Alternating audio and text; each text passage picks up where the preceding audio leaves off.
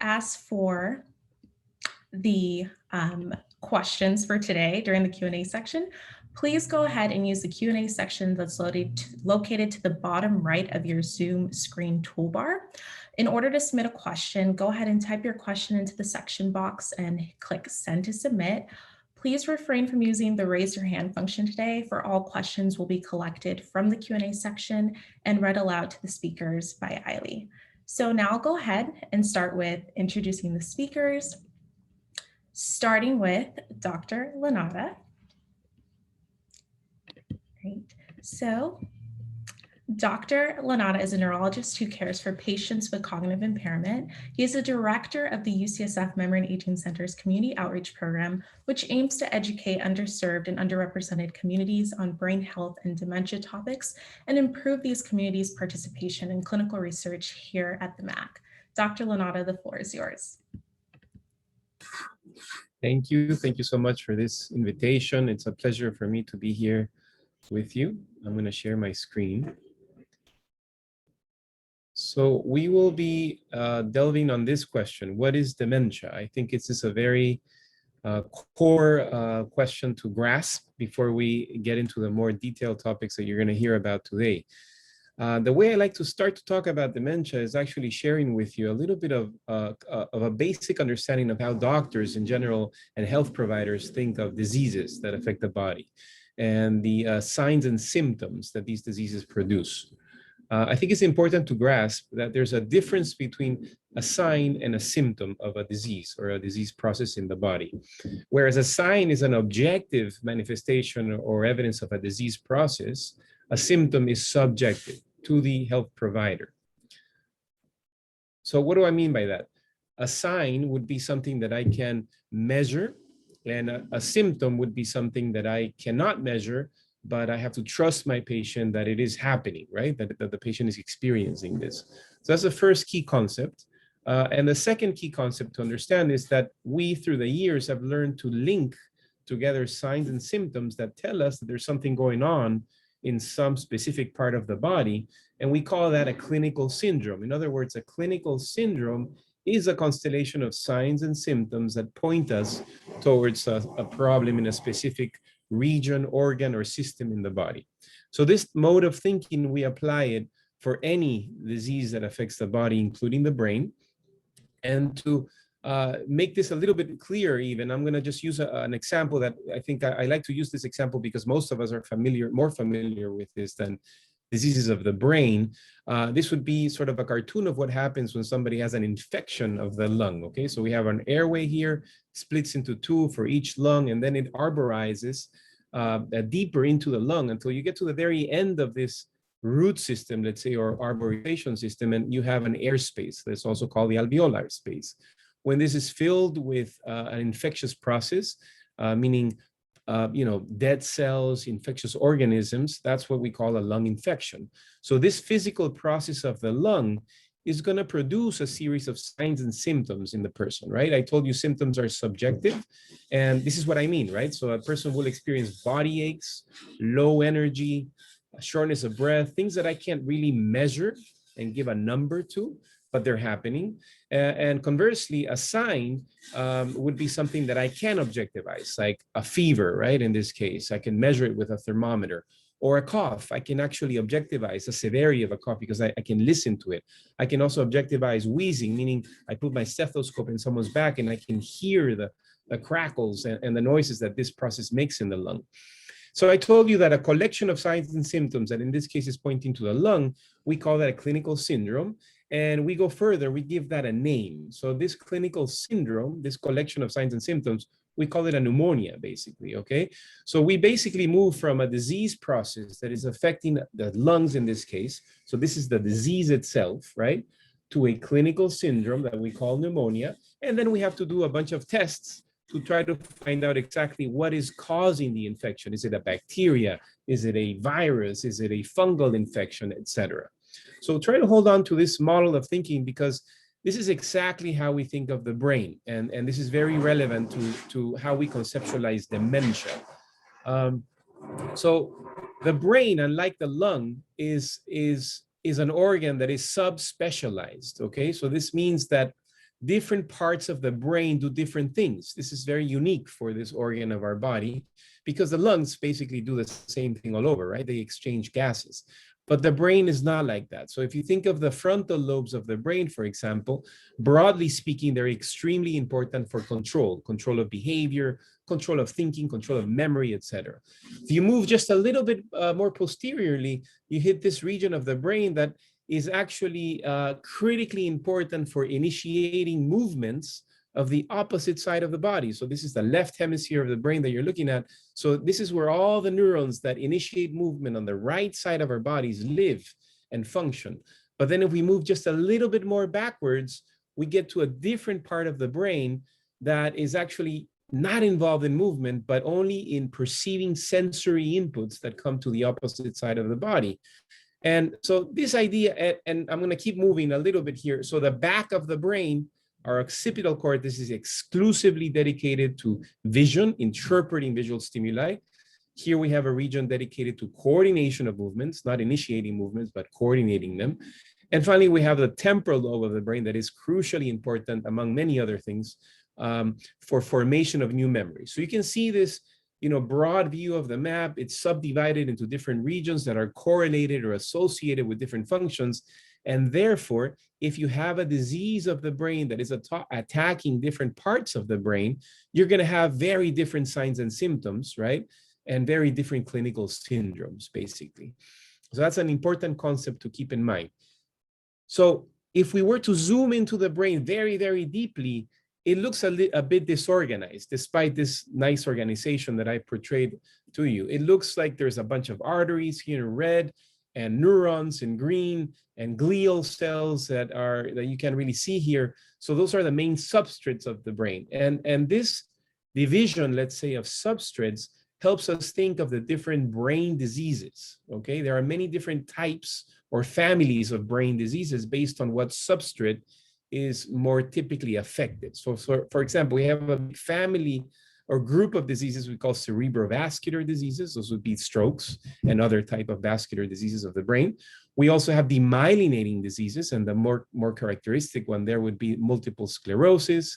We have infectious diseases like meningitis, encephalitis. This would be an example of a family of diseases that don't really respect any of these substrates. They can attack anything in the brain and any part of the brain.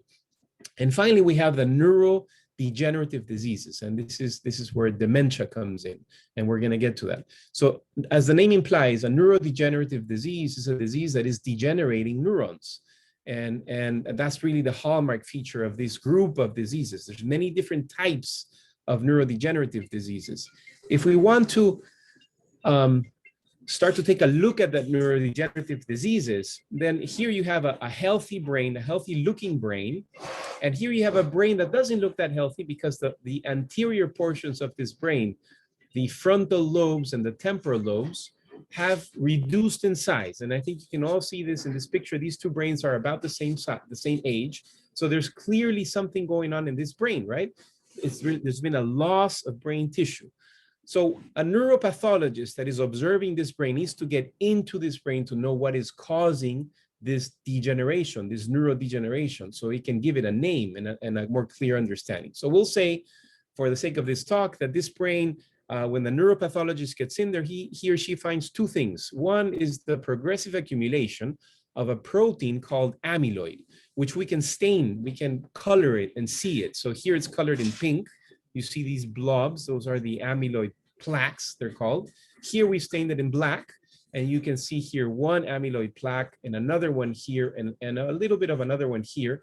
The neuron here is stained in black, so that's the black neuron there, and it's surrounded by the plaque. So the concept here is that this amyloid protein is attacking the neuron from the outside, meaning it's surrounding the neuron.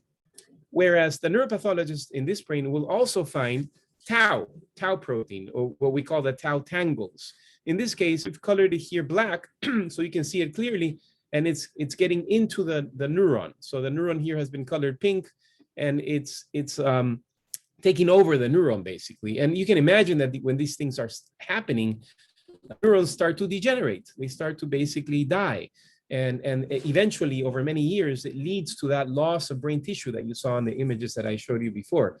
Well, it turns out that through the years, we've learned that this is what Alzheimer's disease is.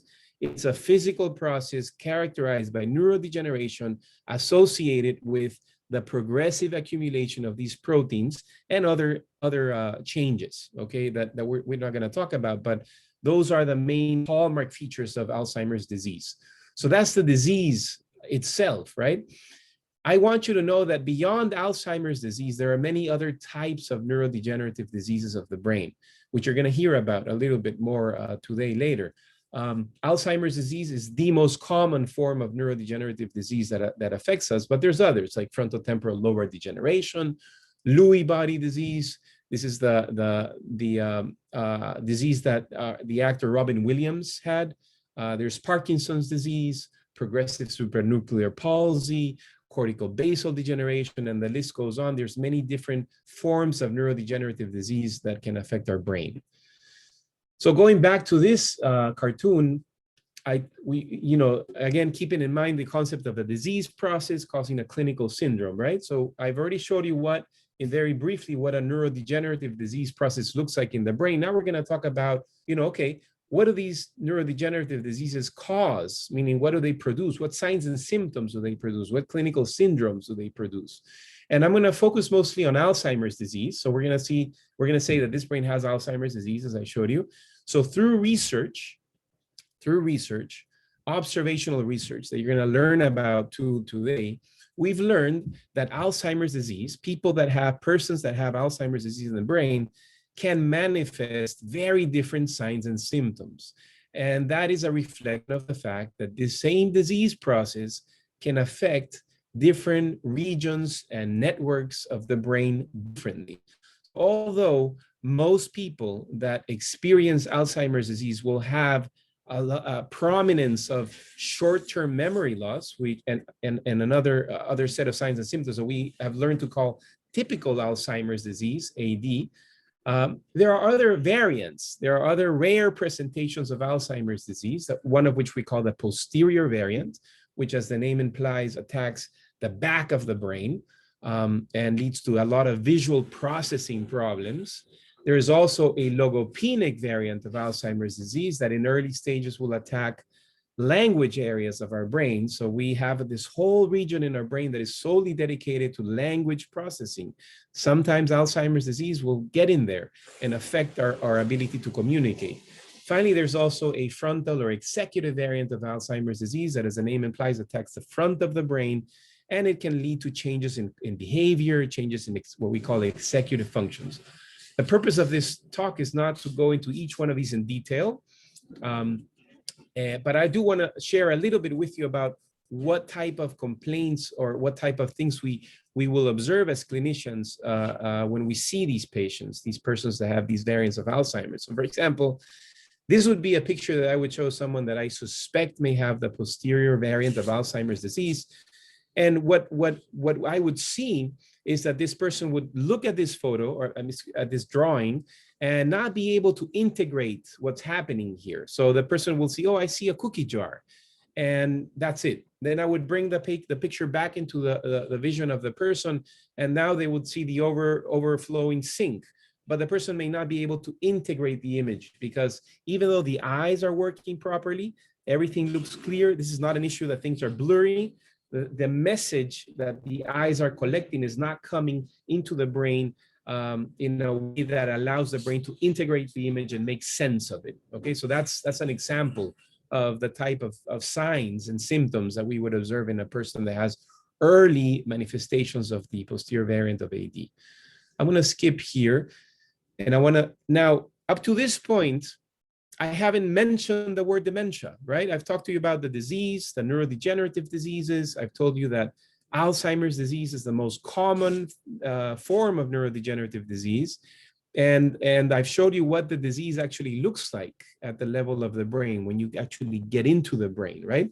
And we've talked, very briefly about, what are the main clinical syndromes or clinical manifestations, meaning memory, language deficits sometimes early on, visual spatial deficits, and also changes in behavior or executive functions, depending on what part of the brain is affected by Alzheimer's. So now let's look at what health providers will refer to the natural history of a disease. In this case, a natural history of neurodegenerative diseases in general. So we're gonna look at this at the level of one individual, right? We'll say that this individual is someone that is gonna develop a neurodegenerative disease throughout their life when they're young, when they are healthy. Let's say that in this case, it is between their 30s and 60s. Let's imagine that I could actually see this person in my clinic, take a sample of their brain. Let's imagine that I could do that. Of course, I can't, and that I could look at it under the microscope, and I could tell the patient, you know what, your brain looks very healthy, right? I don't think there's anything to worry about. Great. And then I see this person later in life, let's say in their 6th decade. And again, let's imagine that I could look at the brain using some sort of magical technology, and I could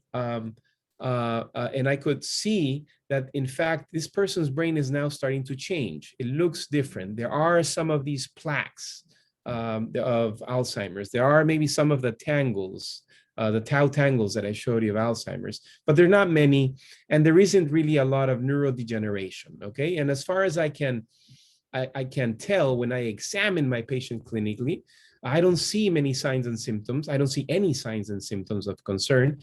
And then I do all the testing that I know to do, and the patient is fine.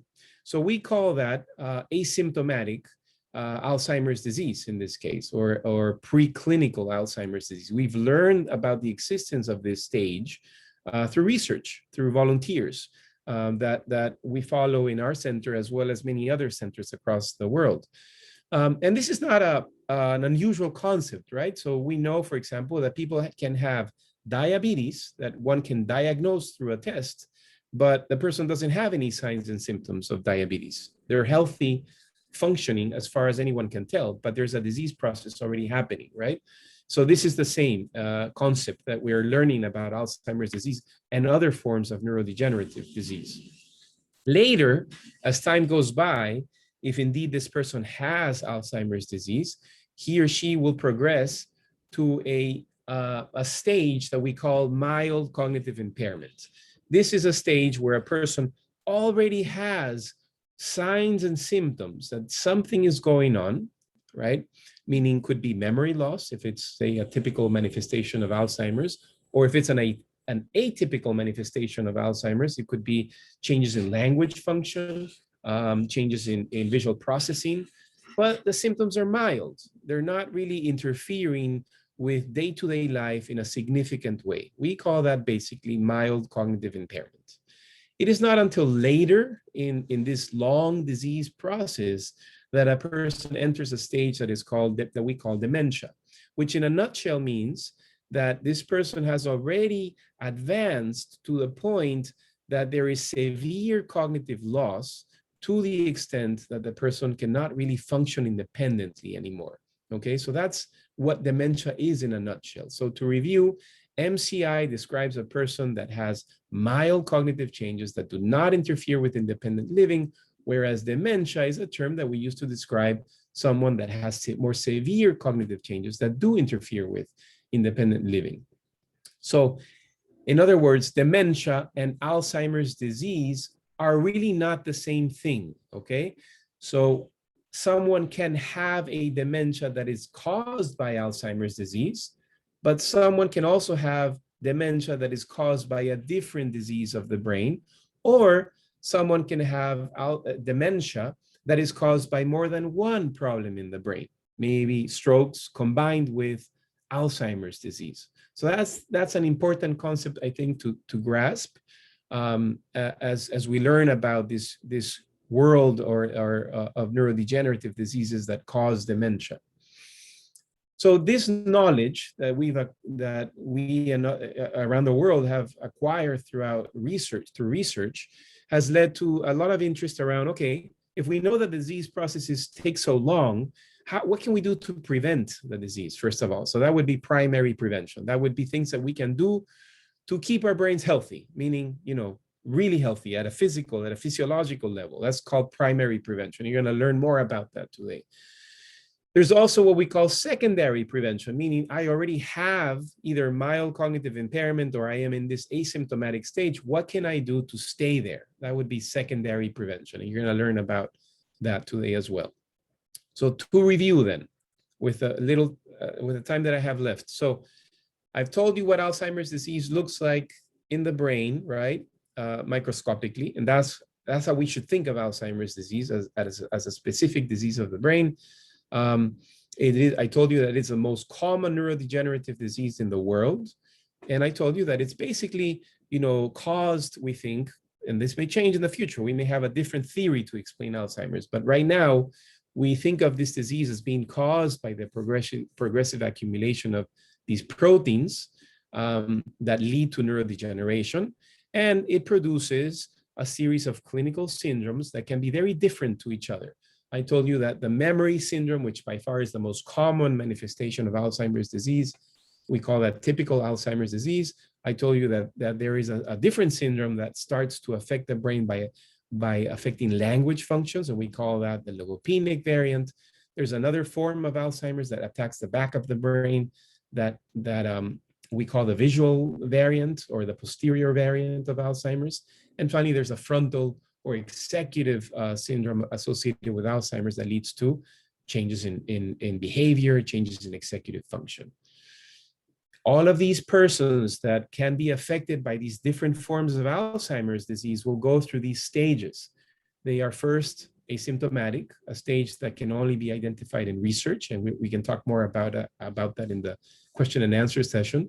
Then they progress to a stage that we call mild cognitive impairment, and later they enter a stage that we call dementia. And that's, I think, the proper way of thinking about these syndromes. Now, you may ask yourself, okay, what is causing the accumulation of this protein? What happens before these proteins emerge? So we and others, and you're going to learn about this today, researchers around the world are very interested in this, right?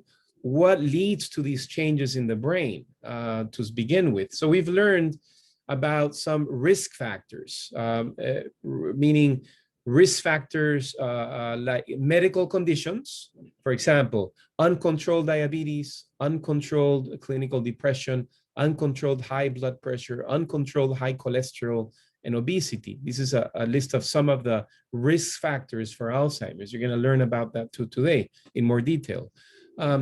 These risk factors in turn are linked with behaviors, right? If you are a smoker, you're going to have an increased risk of hypertension, and therefore you're putting yourself at increased risk of having something like Alzheimer's disease or another form of dementia, another cause of dementia. Physical sedentarism, meaning lack of physical activity, is also linked with diabetes.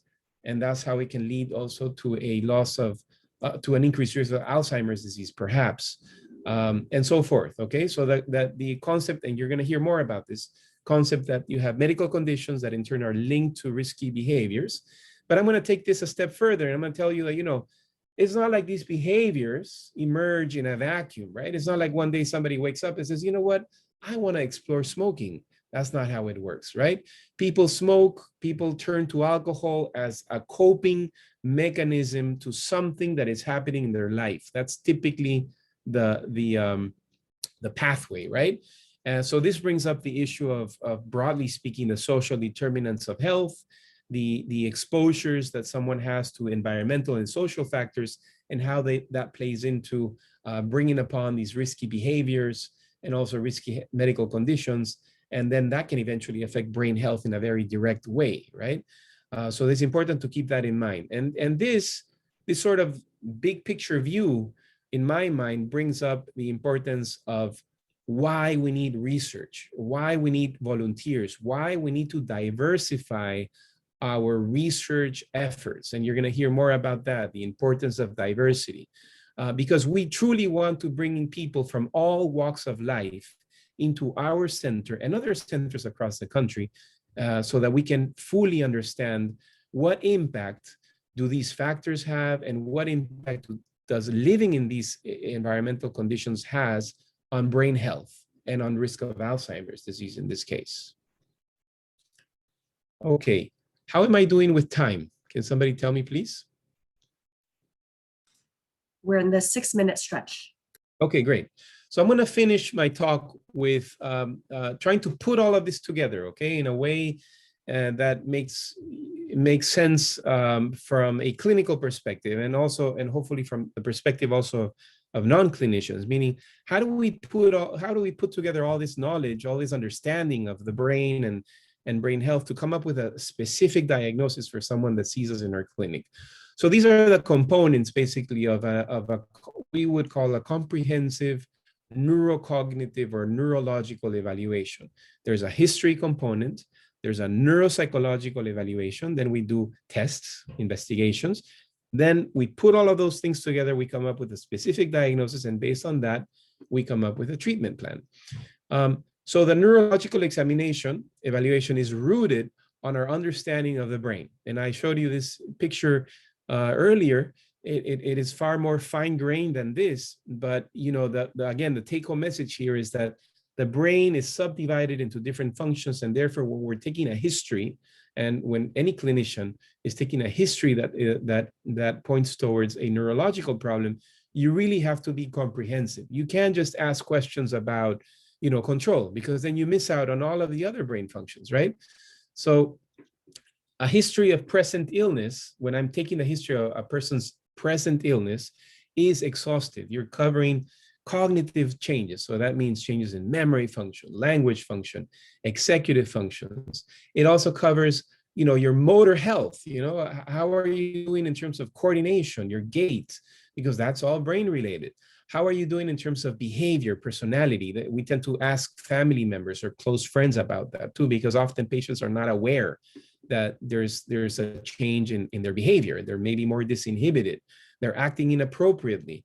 And that tells me that there may be something going on in the frontal lobe of that person, and so forth. So it's a very detailed examination.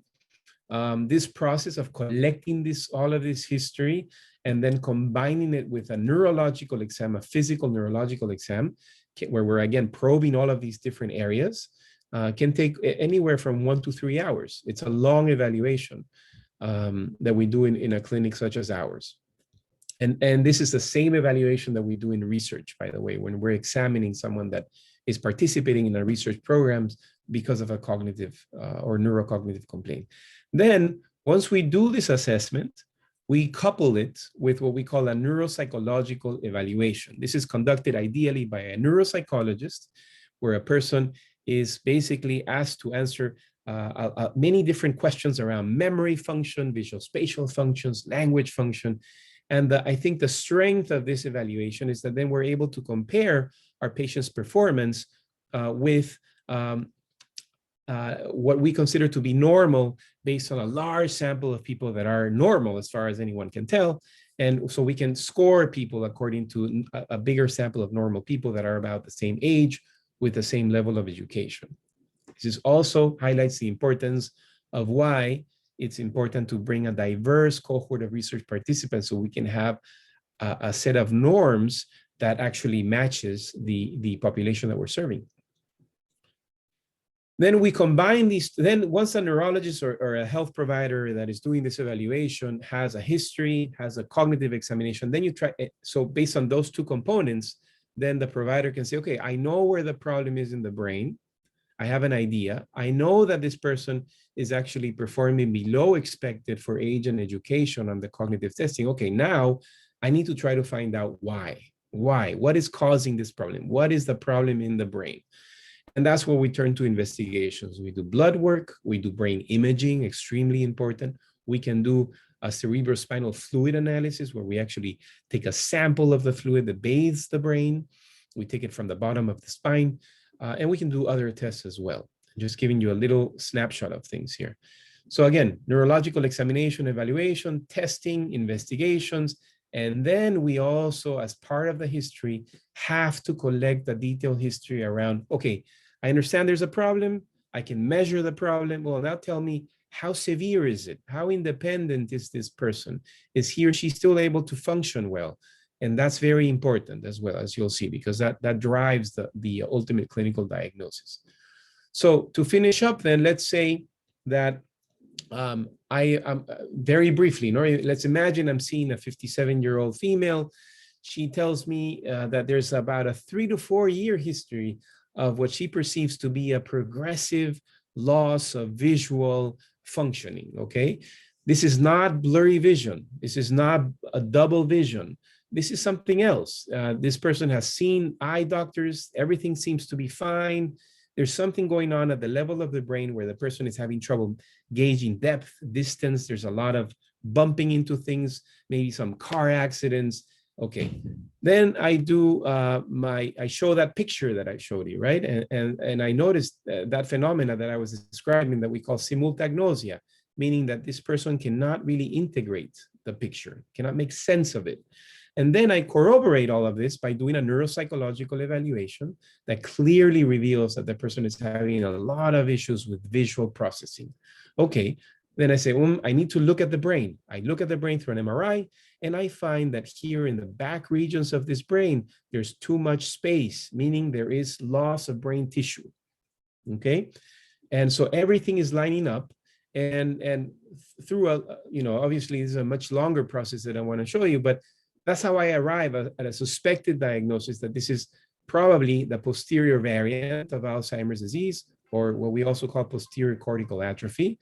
And if this person were to have mild symptoms, I would say that the person has mild cognitive impairment caused by Alzheimer's disease, presenting as a posterior variant of Alzheimer's disease, right? Conversely, if the patient has severe loss of function, and then I would say that this is a dementia level of impairment that I think is Alzheimer's disease presenting as the posterior variant. So that would be sort of how we would conceptualize this. And based on all of this, the neurologist or the geriatrician or whoever's doing the evaluation together with a neuropsychologist, ideally also involving social workers and nurses if necessary, comes up with a treatment plan, a support plan, and all of this has to be working together with a primary care provider and involving family, of course.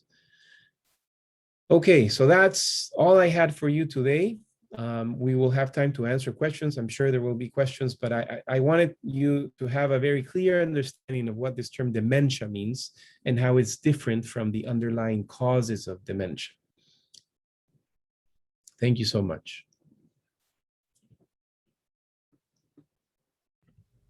Thank you so much, Dr. Lanata, for your wonderful presentation. Next, we're going to have Dr. Casaletto give her talk. And I just want to give a reminder to anyone who joined late that all questions in the Q&A section, we see them, they're being gathered and will be presented one by one to the speakers during the Q&A session, which will take place for Dr. Lanata and Dr. Casaletto's talks right after Dr. Casaletto is done with her talk. And Dr. Casaletto is an assistant professor in the UCSF Department of Neurology. As a neuropsychologist at the UCSF Memory and Aging Center, Dr. Casaletto focuses on understanding resiliency in brain aging and neurodegeneration. Recently, her efforts have involved comparing plasma proteomic markers and astrocytopathy and inflammation in early onset versus late onset Alzheimer's disease, as well as using Fitbits to study the impact of physical activity on cognitive functioning and the immune system. The floor is yours, Dr. Casaletto. Great. Thank you so much for that introduction, Ola. And thank you to Paula and Michelle for inviting us to be here today. It's really an honor to be speaking to all of you today. I appreciate you taking the time. So let me just share my slides here. Everyone can see those okay? Okay. All right, so I'm a neuropsychologist at the Memory and Aging Center. As Dr. Lanata so nicely described, I'm one of those people that would do the paper and pencil testing to evaluate thinking skills in the clinic. And my area of research is really focused on trying to understand, what is typical brain aging and what are ways that we can prevent neurodegeneration and prevent cognitive symptoms as we get older. So I'm going to be talking about some of these strategies to help promote resilience of our cognitive skills as we get older. And these are skills and activities that I try to do as I'm getting older. So I just encourage everyone to think about how they might apply to them as well. So again, Dr. Lanata gave such a great overview of what is dementia. I just want to sort of reinforce that and think a little bit about, well, what is cognitive aging then, if it's not quite dementia? So I'm going to show you, these are real data here that shows here on the x-axis is age, and on the y-axis is performance on some of those cognitive tests, those thinking tests.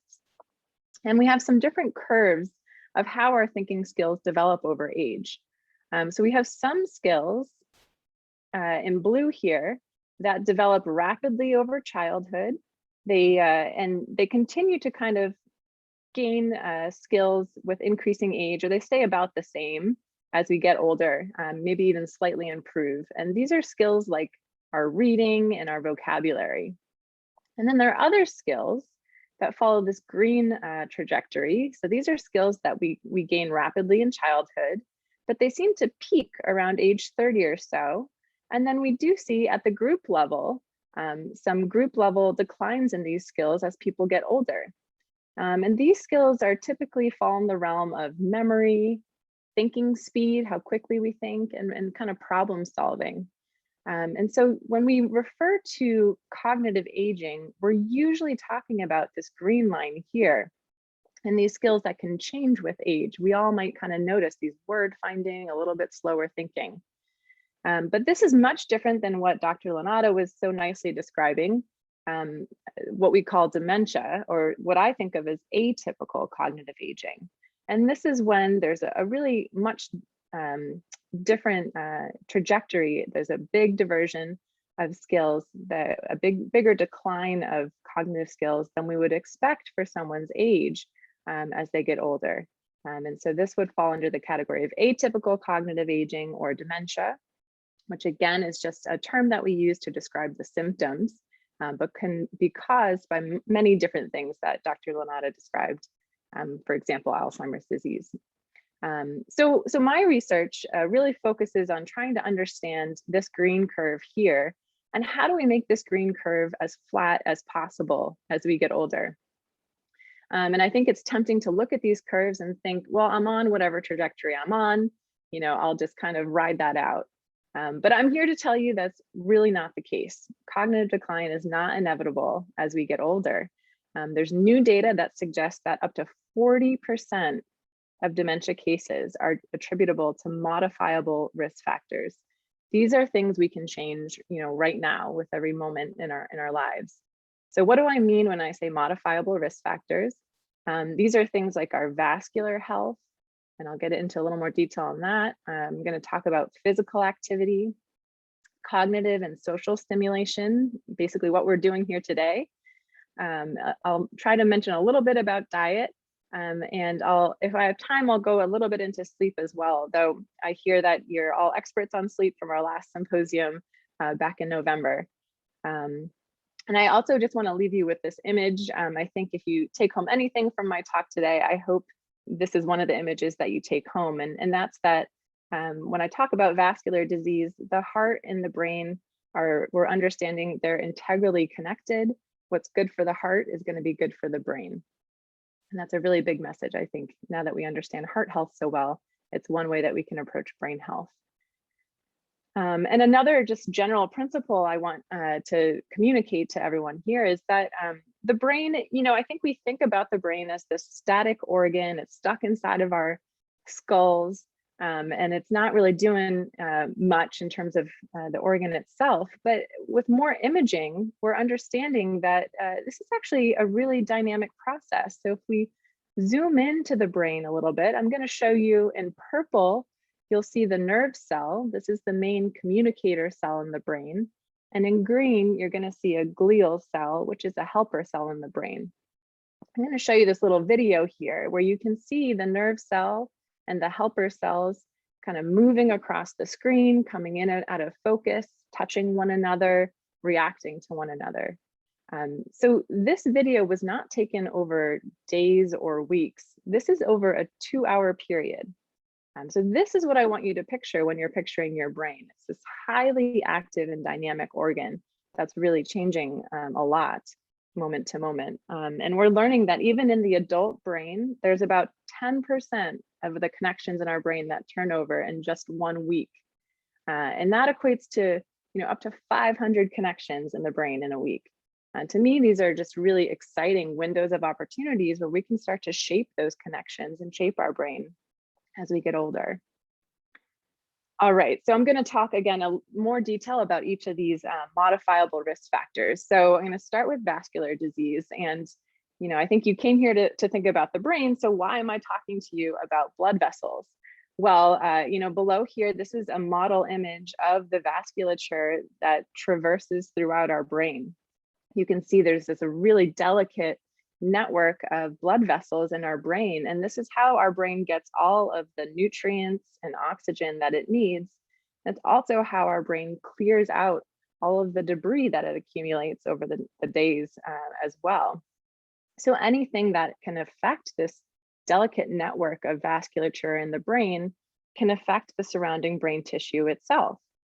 So we're learning that things that affect our blood vessels, as Dr. Lanata mentioned, things like having high blood pressure, high cholesterol, diabetes, these things are linked with adverse brain health outcomes. So for instance, obesity alone is associated with a 3-fold increase of Alzheimer's disease. And the reason why I show this is because these we're really good at treating cholesterol and blood pressure and diabetes, keeping these under control. And so just making sure that we're aggressive about this for our own health and this is going to support your brain health. And I just want to give an indicator, how do we measure vascular health in the brain? I'm going to give you some data from our group. And essentially what happens is we have these blood vessels in our brain. And when we look on an MRI scan, this is the brain itself, here's the front of the brain and the back. If there's changes to the blood vessels, these often manifest as these little white splotches that come up on the brain scan. So these are not normal necessarily. This indicates to us that there's been likely some change of the underlying vasculature underneath. So I want you to keep this sort of image in mind. So we use these white spots to indicate that there's changes of the vasculature in the brain. So I'm going to show you some data now from our group that has thought about these contributions. So these are data from the Memory and Aging Center. We follow a cohort of typically aging older adults. So they are not diagnosed with dementia or mild cognitive impairment. They're just normal folks living in the Bay Area. And we follow them over time. And we measure their different thinking skills and their brain changes. And so this is just one paper from Dr. Saffaroni, who looked at blood flow to the brain in normal aging older adults. And he found that if we followed them over time, that older adults that had decreased blood flow to the brain tended to have more of these white spots, these white matter injury indicators in their brain over time. And not only that, but these decreases in blood flow also over time correlated with slowing in people's thinking speeds on their testing in the research program as well. So again, we think the changes in these vascular units in the brain relate to real injuries we can see in the brain and cognitive symptoms as well. And then another study, we're very interested in inflammation and how this affects our blood vessels and ultimately our brain as well. So this is work led by Cutter Lindbergh, one of our postdocs here at the Memory and Aging Center in the same group of healthy older adults. And he measured a marker of inflammation in the plasma, so just from the body, so body levels of inflammation. And he measured them over time in our older adults. And he found that our older adults who had increasing levels of inflammation in the body also tended to have increasing levels of these white matter injury spots on their brain MRI over time, indicating that there were some changes in the brain vasculature itself. And importantly, he also found that as these body levels of inflammation increased, there was a decrease in the brain tissue of these older adults over time. So loss of the gray matter, these sort of cortical gyrifications here. So sort of putting that all together, we think that there's real changes that occur in the vascular units of the brain that can affect how we are able to think and how we age cognitively. And so now I'm going to shift on to physical activity, which is also, of course, linked to vascular health as well. So we're starting to understand now that physical activity is really closely linked to brain aging. And in terms of how much, what quantity, we're still working on this, but there's been some review papers that describe that essentially any type of movement counts, be it walking, jogging, yard work, Tai Chi, seems to be related to increased cognitive skills with age. As long as it's of moderate intensity, in general, these review papers suggest 30 to 45 minutes at a time, but really any frequency across the week. The American Sports College of Medicine suggests that we each get about 150 minutes of exercise a week. And again, this can just be walking or doing the physical movement that we typically do as part of our life, but just making sure we get that quantity seems to be linked to better health outcomes.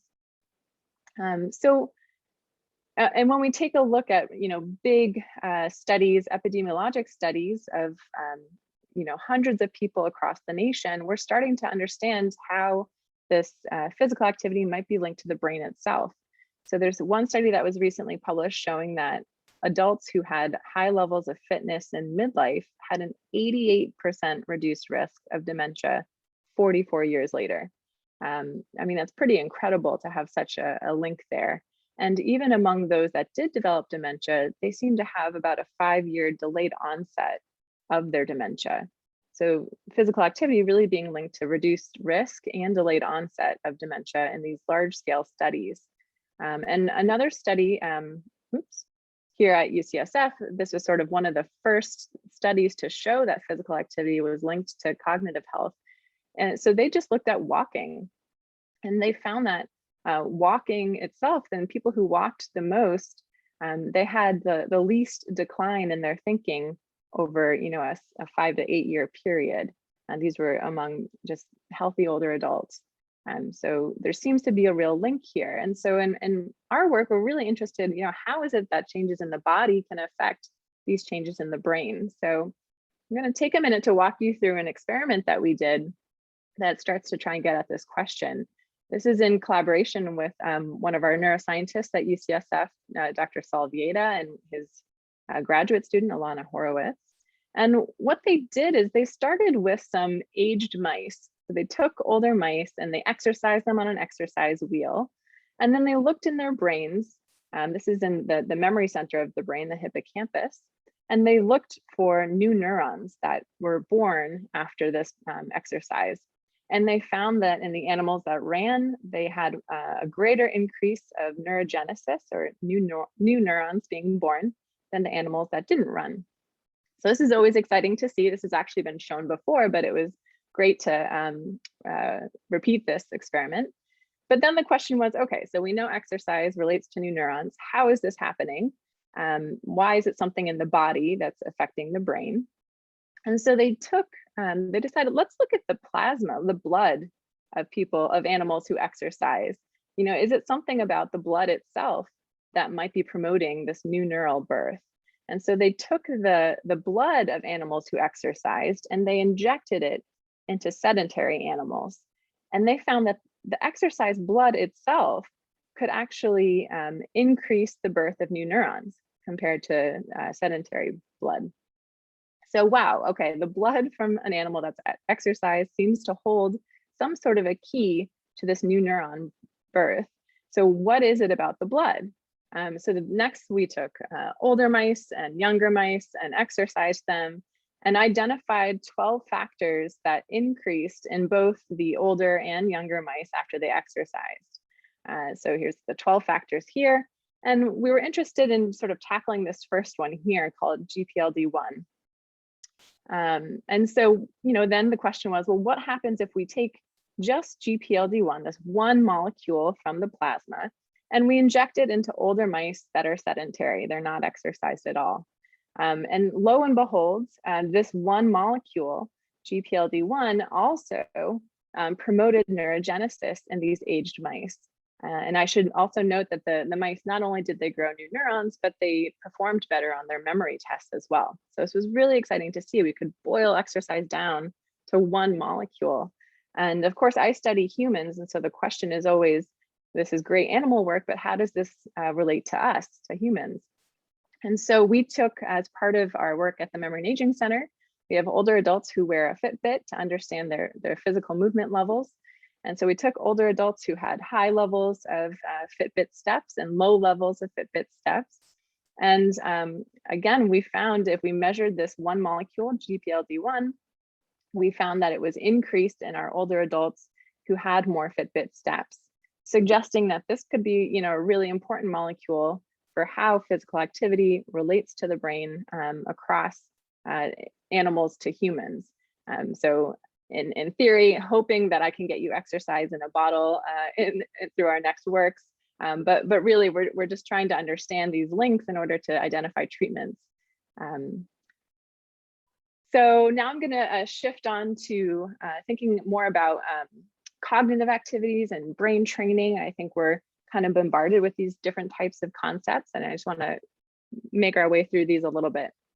So we've known for a while now, actually, that education and staying mentally active are associated with a significantly decreased risk of dementia itself, and then also just a decreased risk of age-related memory declines. So by late life activities, these studies have looked at things like reading and writing, going to concerts, volunteering, these things that really engage our brain. And they seem to find that the more an older adult engages in these types of activities, the slower the cognitive decline with age. And this is beyond the effects of education. And one of the best studies, I think, showing the effects of a sort of brain training program is called the ACTIVE study. This was a couple of years ago, but they had older adults who were typically aging and had them complete a computerized brain training program of processing speed and sort of reasoning. And this figure's a little bit blurry, but I just want to highlight, so in this top line here, these were the older adults who completed the processing speed training on the computer.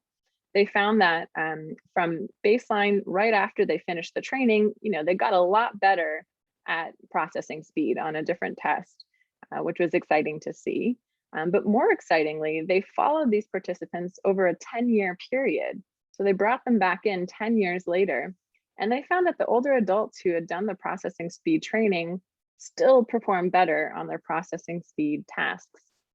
And so to me, this sort of suggests that yes, we can train the brain in an older adults, and we can see, maybe some durability of those effects over time, at least on a specific skill itself. Which I think is a really important proof of principle to this concept that the brain can change with age. And sort of bringing this back a little bit more broadly to some of our data, one of our questions has always been also, when we think of dementia and dementia risk, there's sort of the nature and the nurture components that we think combine to put someone at risk for dementia. So the nature being their genetic risk for dementia, and the nurture being our life experiences and these lifestyle factors that I've been mentioning. And so one of our questions with this study that we conducted was, in someone then who has a significant genetic risk for dementia, how important are their life experiences? How important is lifestyle if you have a high genetic risk? And so this has been an outstanding question in the field that we tried to tackle. So in this study here, we looked at individuals who had a genetic mutation for frontotemporal dementia. This was one of the other forms of dementia that Dr. Lanata mentioned that affects personality, social skills, and emotional functioning a little bit more. And so we follow individuals who we know carry a mutation for this form of dementia. It's fairly causative, meaning if they live long enough, we think that they will develop the dementia syndrome. And so we enrolled them in our study, and at day one, we asked them, how often do you engage in different types of physical activities like walking and Tai Chi? And how often do you engage in cognitive activities like writing and spending time with family and friends? And then we measured their symptom severity over time. So in these gene carriers, we found that the gene carriers who reported low levels of physical or cognitive activity at baseline, that over time, they developed more symptoms. So here on the y-axis is functional decline. So more symptoms over time as we would expect. But the gene carriers who had high levels of physical or cognitive activity at baseline, they had much less symptom development over time. You can see in the blue here. So that was really exciting to see that these types of activities might relate to how the dementia syndrome itself starts to play out, even in people with a high genetic risk. But even more interestingly, we found that these lifestyle behaviors seem to protect against cognitive symptoms, even despite structural changes in their brain. So on this graph here, on the x-axis, we have brain tissue loss in the brain itself, and then performance on different cognitive skills like thinking and memory. And here we found that the gene carriers with low levels of physical activity, that the more brain tissue loss they had, the worse their thinking speed and the worse their memory, as we would expect. But this was in contrast to the gene carriers that had high levels of physical or cognitive activity. They actually had stability of their thinking speed and their memory skills, even despite some of the tissue loss in their brain.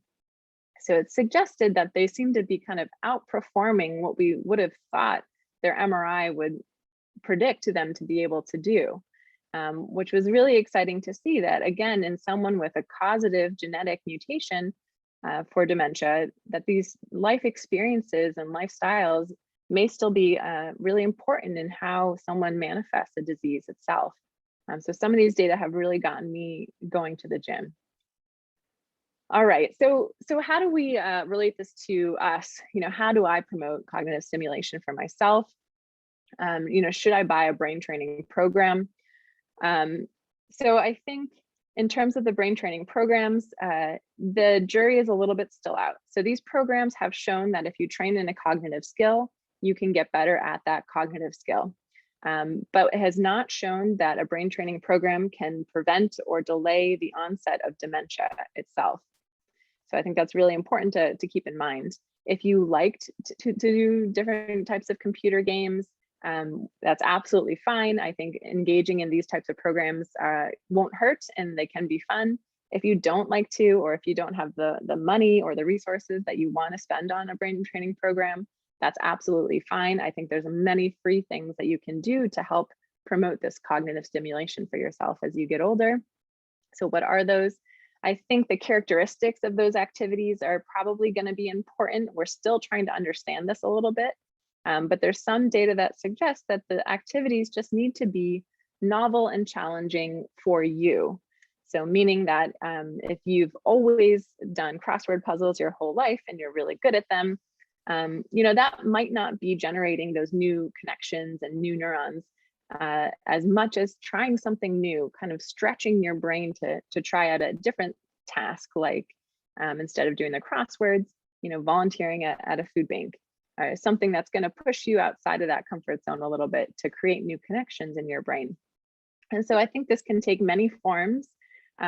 So many of these, again, are free, and we can do them without having to do one of these brain training programs. So these are things like spending time with your peers and your loved ones and socializing is really good for the brain, learning a new language, volunteering at doing something new there, different types of hobbies, and as well as games. And sort of finding the thing that you like to do and keeps you engaged, but is also going to challenge you a little bit. All right, I just have a couple minutes left, and I'm just going to spend one slide on diet itself. And I think this reflects where the field is at. We really, we're starting to understand diet and brain health, but I think it's still a little bit messy. We're still wading through the data. It's pretty complicated. But I will say that in terms of what's out there, there have been large scale epidemiologic studies, again, hundreds of people, sometimes thousands across the nation, that have demonstrated that individuals who adhere to more of a Mediterranean style diet or eat more fruits and vegetables seem to have better cognitive health outcomes. So about a 30% reduced risk of dementia or stroke. And so what is the Mediterranean diet? Here's just a little pictorial of what we're talking about. I think that this Mediterranean diet can certainly be generalized to different cultures. So it's sort of taking home, I think, the most important kernels of this diet is probably the most important, rather than adhering to it specifically. But essentially what they're trying to do is say that the majority of the meal should be based around, fruits, vegetables, and whole grains. So that should be the center of the meal, and use of olive oil instead of butter, for example. And then the proteins are built on top of that. And the proteins should mostly be consisting of seafood and fish, as well as poultry, and then red meats less often. And that these meals should be enjoyed in a social setting among people who are also physically active and engaged. So it's sort of a style of eating that seems to be associated with better cognitive outcomes. And I think I might be over time, so I'm going to skip ahead. I know that you're all experts in sleep already, and I'm happy to talk about that more. But just to wrap up, I just hope that I conveyed that there's many, many ways that we can build our brain's resilience with the choices that we make in every day. So I think originally we, as a neuropsychologist, we're taught that our brain is what creates our behavior. But more and more we're understanding that the behaviors we choose to engage in can actually be incredibly important for shaping our brain. And so just to understand that we have a real role in how our brain develops with age and over time. And just a huge thank you to the team that's been integral in getting all this data together and understanding the brain. We could not know anything about the aging brain if it was not for our participants and our families. So huge thank you to them as well. And with that, I will stop sharing. And hopefully that brought us to time. Perfect. Yes, thank you. We're doing great on time. Thank you so much, Dr. Casaletto, for your amazing presentation. So now we're going to have the first Q&A session for those questions gathered from Dr. Lanata's and Dr. Casaletto's talks. And Eiley will be moderating. So Eiley, the floor is yours. Okay, great, thank you. So we have a lot of great questions. So one of the first ones we have here is, what are the differences among working memory, attention deficits, and short-term memory, particularly in terms of my subjective experience and any treatment implications?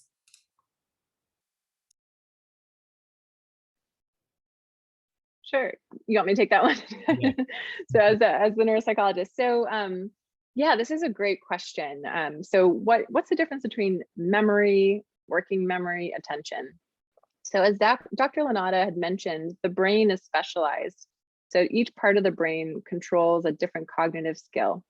So for memory, we think about this as our ability to hold on to new information after a delay and pull out that information. So this means that if I told you now that, my name is Kaitlin, and in 3 days you can recall my name, that for me would be telling me, yeah, you've learned something new, your memory's intact. This is different than working memory. Working memory is actually part of that executive skill, the front of the brain, that control center. So working memory is a buffer where we need to hold on to brief bits of information at a time and sometimes manipulate it in order to complete a task that we're doing. So for example, I say to myself, I need to walk into my bedroom in order to get my jacket, my wallet, and my phone. So I need to hold in my head that I have this task to do as I walk from my room to the other room and remember those 3 items. That's our working memory. And so, of course, our working memory and our typical memory kind of interact, but they're housed in different parts of the brain and they use different skills. Similar attention is the ability to pay attention to what's going on in the moment. So being able to follow the task that's happening. So during your working memory, you need to figure out where you're going, when, right, to get from my room to the other room, to figure out the items that I need to pick up. Hopefully that gives you a sense a little bit about what those skills are.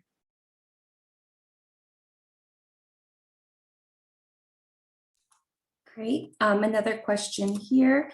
Can a patient be tested for asymptomatic or preclinical stage AD in the clinic?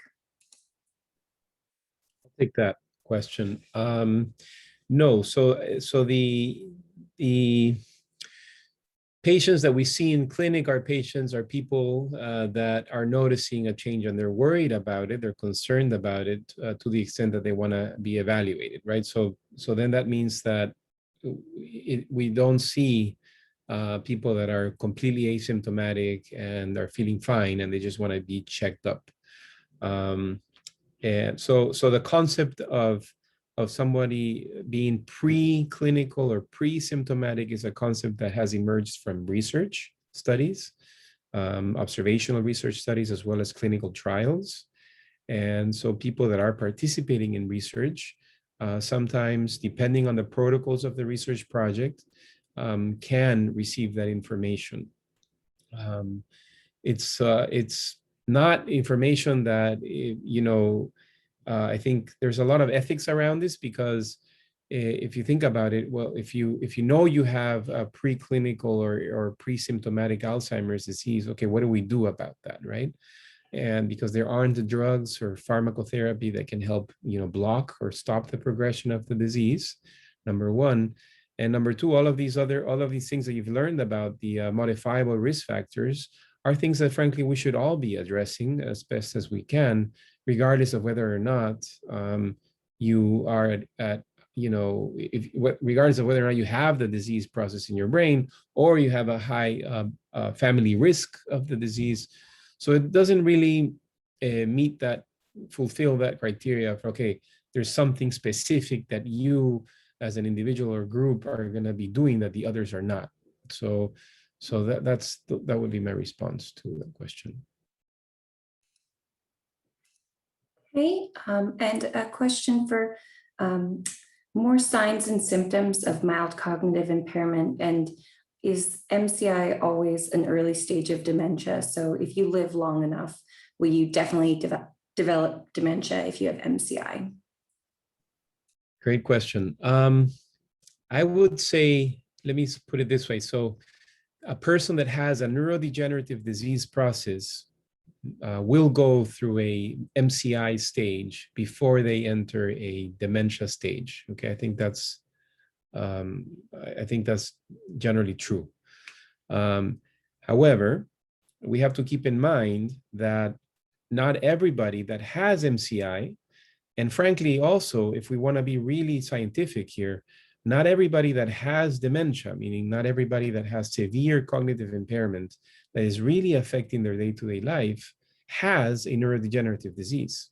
In other words, there are reversible and irreversible causes, or neurodegenerative and non-neurodegenerative causes of mild cognitive impairment and even dementia.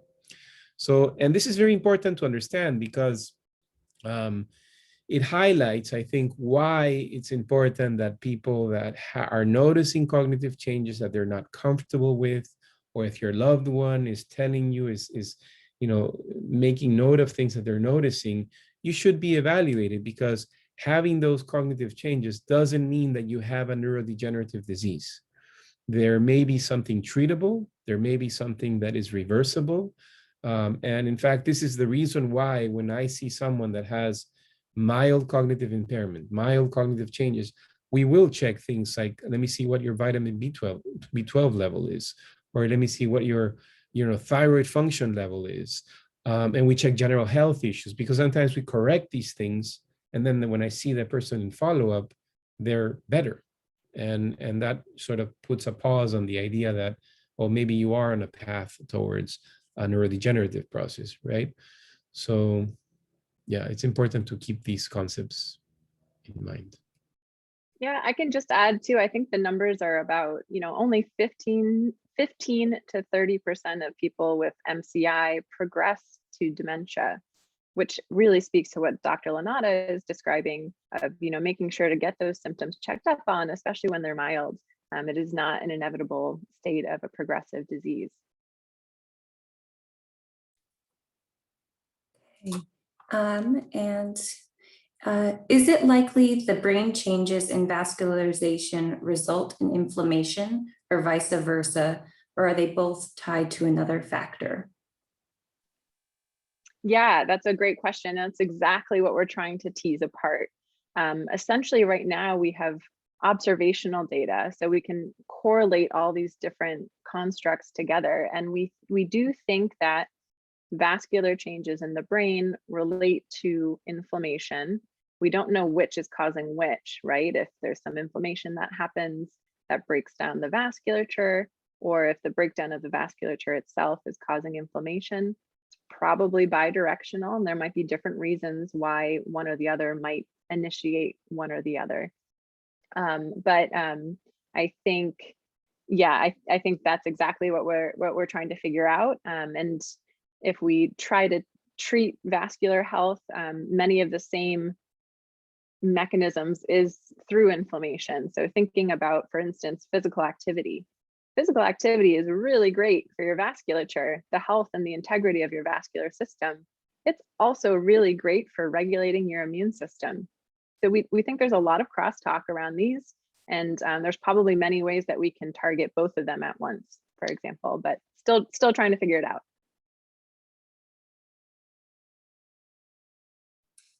All right. Many autoimmune diseases like celiac, Crohn's, or rheumatoid arthritis are inflammatory. Does this suggest that people with these might be at higher risk? Great question. I think it's a bit linked to what I was saying before.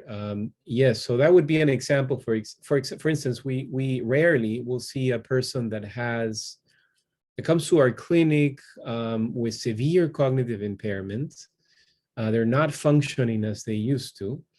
And we find out that they have like an autoimmune condition like lupus, for example, right? So lupus can affect the brain, and it can lead to severe cognitive impairment, and often also psychiatric changes. There's other autoimmune conditions that can do that. So that would be an example of someone that may have mild cognitive impairment, may have something more severe than mild cognitive impairment, but it is not being caused by a neurodegenerative disease. It's being caused by an autoimmune process that is affecting the way that the brain works. And that would be an example of something that is potentially treatable, potentially reversible. And I think throughout our careers as health providers, we do come across these cases, and they give us pause always, as to, okay, not everybody that has a severe memory loss has Alzheimer's disease. There's many other potential reasons why this could be happening. Great, one more here. Why is clinical depression a risk factor for Alzheimer's disease? Do we know more about how they're related? You want to take that one, Kaitlin? Sure. Yeah, I can talk a little bit about this, and I'd love to hear your thoughts too, Serggio. So it's a really great question. So you're absolutely right that we've found, and again, in these large scale epidemiologic studies, that people who have depressive symptoms seem to be at a higher risk for dementia later on. And our team at the Memory and Aging Center is really interested in understanding why that is. One of the reasons is, well, maybe, is that it might be a very early symptom of a change in the brain. So essentially, the brain, not only does it create our thinking skills, our memory and our attention, but it also creates our mood and how we feel. And all of this comes from the same organ. And so some of the work has shown that some of the areas of the brain that control mood are affected very early in some of these neurodegenerative processes, like Alzheimer's disease, for example. So it's possible that it's just a very early symptom of a degenerative process. But that said, at the end of the day, again, mood is coming from our brain. So even outside of the context of neurodegenerative disease, there's been studies that show that people who have some mood problems can sometimes be a little bit slower in their thinking and just a little bit fuzzier in their thinking. And it's not exactly understood exactly the mechanism of how that happens. But if you think about it, if you're trying to do a cognitive skill, I think of mood problems as just putting a fuzzy filter over your ability to do that skill. It adds noise. So essentially different parts of your brain are lighting up when you're anxious or when you're feeling low mood. And so if you're trying to engage a different part of your brain to, drive that car or, do a certain task, you can imagine that this interference from these other symptoms that are going on can kind of get in the way. And that's kind of a simplistic way to think about it. But again, it's all coming from the same organ. And so we're trying to understand, how it might be a risk factor or a symptom versus just an ongoing indicator that there's just something not quite right happening in the brain. Yeah, I completely agree with everything you just heard. I also want to add that we have a challenge as clinicians around, being precise in the way we diagnose like psychiatric illnesses in general, because as you heard me talk about this view of like first thinking of signs and symptoms, coalescing them into a clinical syndrome, and then trying to bring this into what part of the body, what organ, what system is being affected. We haven't done a lot of progress in the world of psychiatry to like really bring this down to a test, right? That I can actually use to prove my clinical suspicion as to where is the problem, right? And what is causing the problem in the world of mental illness, which is different from what I just showed you with Alzheimer's disease. So that's why we have right now this tension between, okay, is clinical depression a risk factor, or is it is part of the reason why I have this tension, or is it, as you just heard, actually maybe an early sign or symptom of the actual disease process of Alzheimer's disease itself? Certainly there's both things, right? People that can have a clinical depression that will never go on to develop Alzheimer's, but we are starting to see that especially in people that are mid-age, late age, and mid-age, advanced age, and have never had mental illness issues, and they suddenly start to develop a very, serious clinical depression syndrome. We pay close attention to that because it may be an early manifestation of Alzheimer's disease or another neurodegenerative condition. Great. Well, thank you so much to both of our speakers, and thank you everyone for those wonderful questions. Please keep them coming. There will be another Q&A session after our next two speakers, but I will toss it back to Ola to introduce our break coming up. Perfect. Thank you so much, Eiley and Dr. Casaletto and Dr. Lanata for a wonderful Q&A session. So next we have the presentation of relaxation tips by Corey Wise. And Corey is the owner and founder of the New Style Motherlode Dance and Vera Project nonprofit organization. Many of you will recognize him as a teacher for the aerobics classes held at the Downtown Oakland Senior Center. Corey, the floor is yours. Good morning. Good morning. Let's see. Can you see me here? Can you see me? Spotlight. Host will spotlight you. Can you hear me? Hello? Yes, we can hear Okay, you. you can hear me, but you can't see me, huh? I think I need to be spotlighted.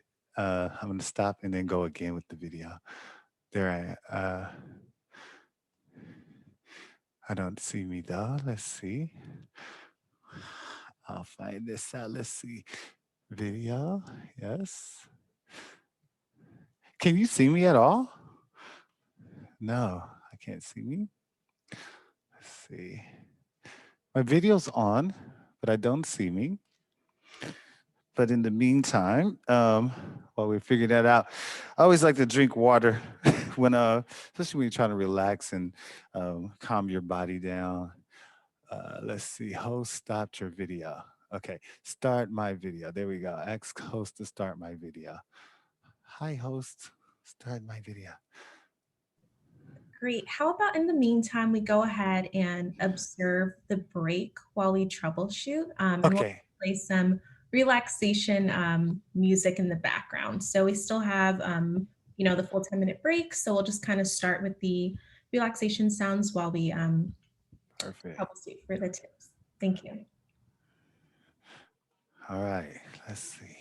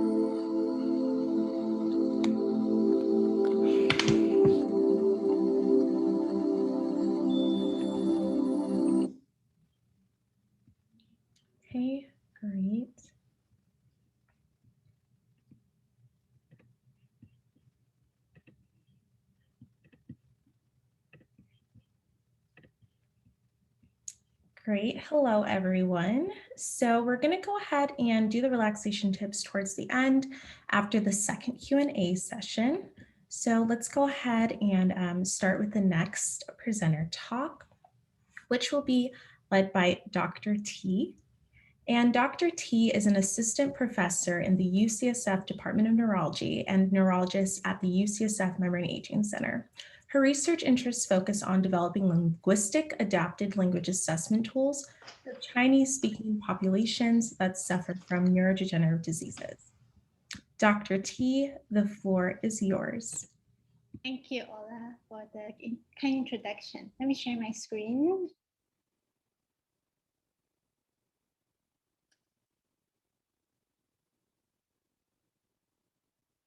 Am I on the full screen now? Yes. Awesome. Okay. Hi, good afternoon, I guess, everyone. And so I'm Boon T. So thank you, Ola, for the introduction, and thank you, Michelle, Paula, and everyone for having me here today. Today, I would like to actually share our some of our research in our center that highlights how diversity in research actually help very much how we understand brain health and dementia.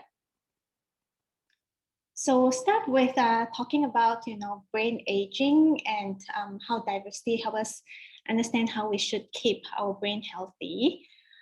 So as Dr. Casaletto and Dr. Lanata has illustrated quite clearly, brain, the body ages at different age in different organs. Brain is one of those that age faster or earlier than most other organs.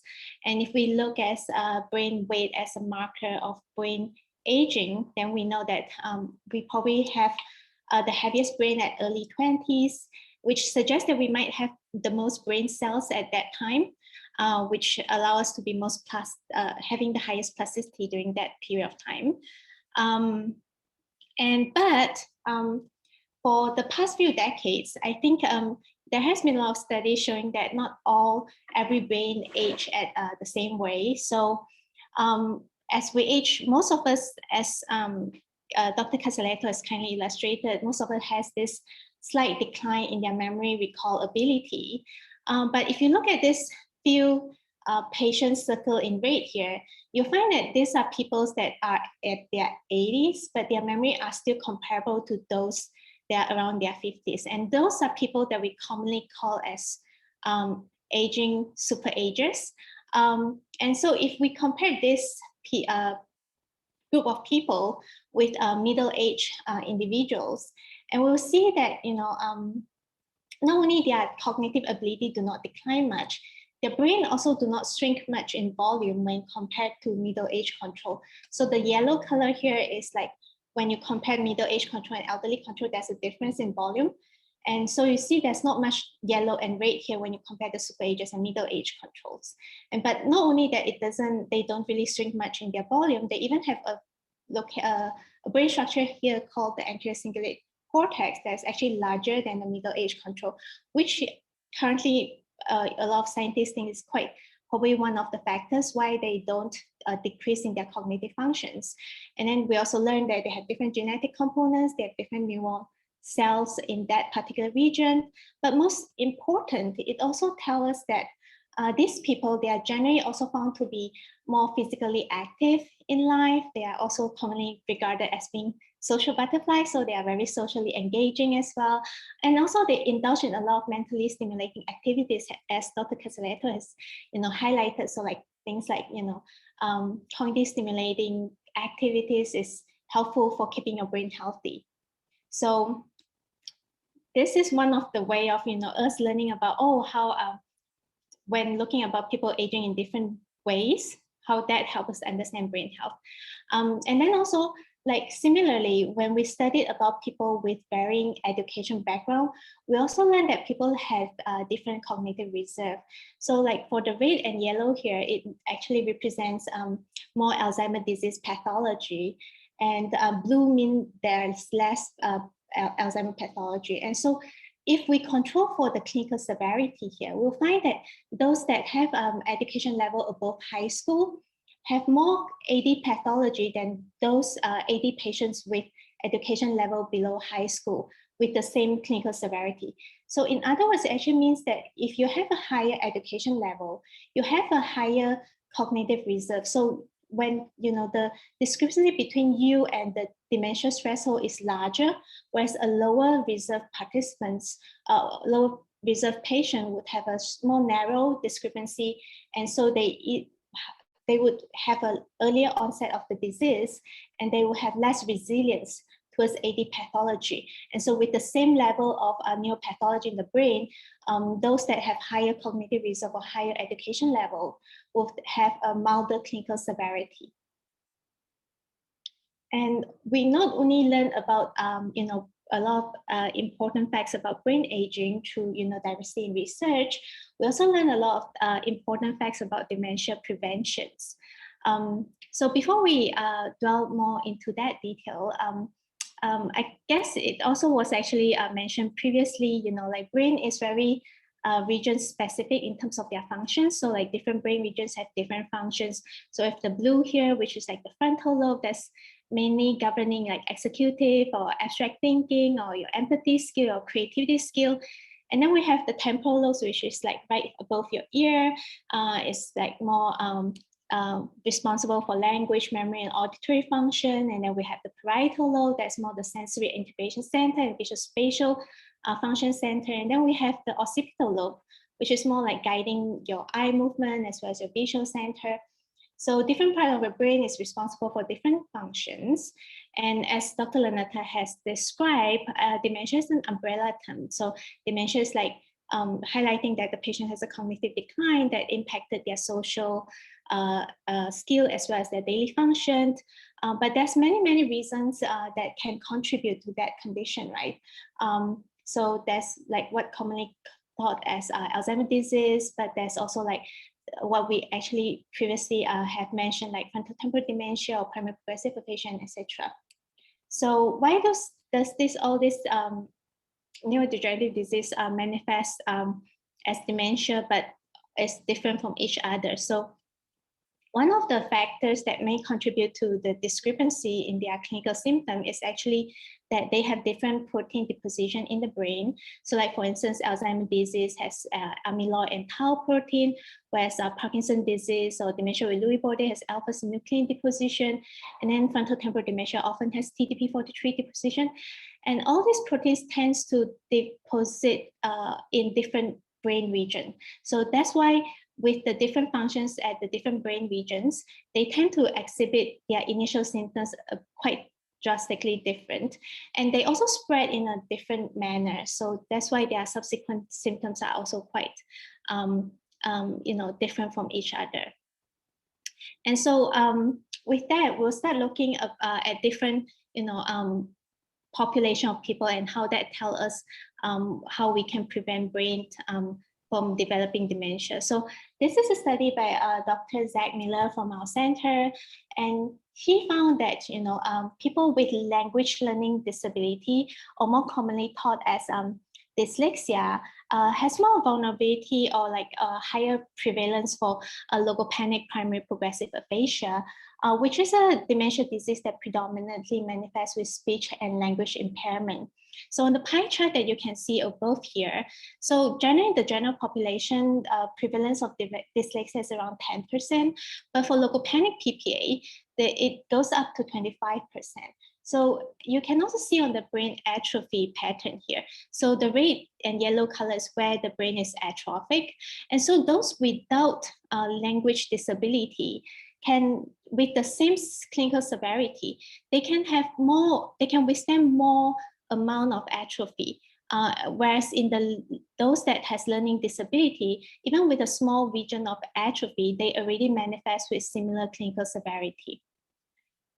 This similar tendency was also found in posterior cortical atrophy patients, which is a neurodegenerative, which is a dementia syndrome that selectively impaired your visual spatial and visual perception function. So it is actually shown that here that those with mathematics and visual spatial learning disability has a higher tendency of developing posterior cortical atrophy.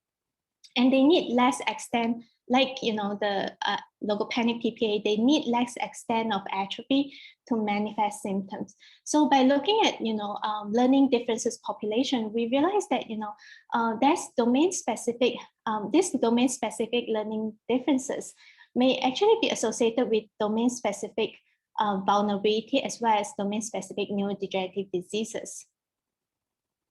And then in contrast, if we look at multilingualism patient, we find that it probably have a bit of protective effect. So when look at our colleagues' work, Dr. Jessica DeLeon, we found that being bilingual can potentially delay your age of onset for logopenic PPA. And this is also not only true for US participants. So similar studies has been done in Canada as well as India. And they all show that, is potentially that, learning more than one languages can potentially cause you, lead to, a delay in the disease onset. And if we look at, population with varying education level, we also learned that literacy is actually very important for cognitive performance as well as brain architecture. So we see that illiterate individuals perform lower, not only in language dependent cognitive tasks, but also in tasks that's heavily weighted in visual spatial as well as memory ability. And our colleague at GBHI, Dr. Elisa, actually showed that this is even correlated structurally with hippocampus volume as well as white matter microstructures. And not only that, early life education is actually critical, adulthood education as well as occupation history might also impact the symptom onset in different dementia diseases. So shown here is actually comparing professions that are more based on science, technology, engineering, and mathematics, which is highlighted in blue here, and then comparing them to occupations that's more artistic based on or entertainment based or sport and media based, which are thought to require a higher level of empathy functions. And you can see that those that are more heavily based in science, tech, engineering, and mathematics, they have a earlier onset for FTD disease, but a later onset for Alzheimer's disease. And then it is on the opposite trend for the more artistic profession. So it means that different types of occupation may nurture different cognitive domain reserve, which then subsequently lead to domain-specific disease vulnerability. And shown here is actually how does, studying different geographic location help us understand about dementia risk. So here's our work from our colleague from Dr. Lacarino and Dr. Rubinovich lab, and they found that people living in area with worse air quality or that with higher 2.5 ppm concentration were actually more likely to have amyloid deposition in the brain, which is a huge biomarker for Alzheimer's disease. So actually, so studying this help us know that air pollution is probably is a risk factor for dementia development, but it also help inform policymakers in developing public health decisions to help prevent the disease. And then this is another study also about residential geographic location. And this one focuses more on looking into social determinant of health, like as what Dr. Lanata has illustrated. So they look into income, education, housing quality, as well as employment.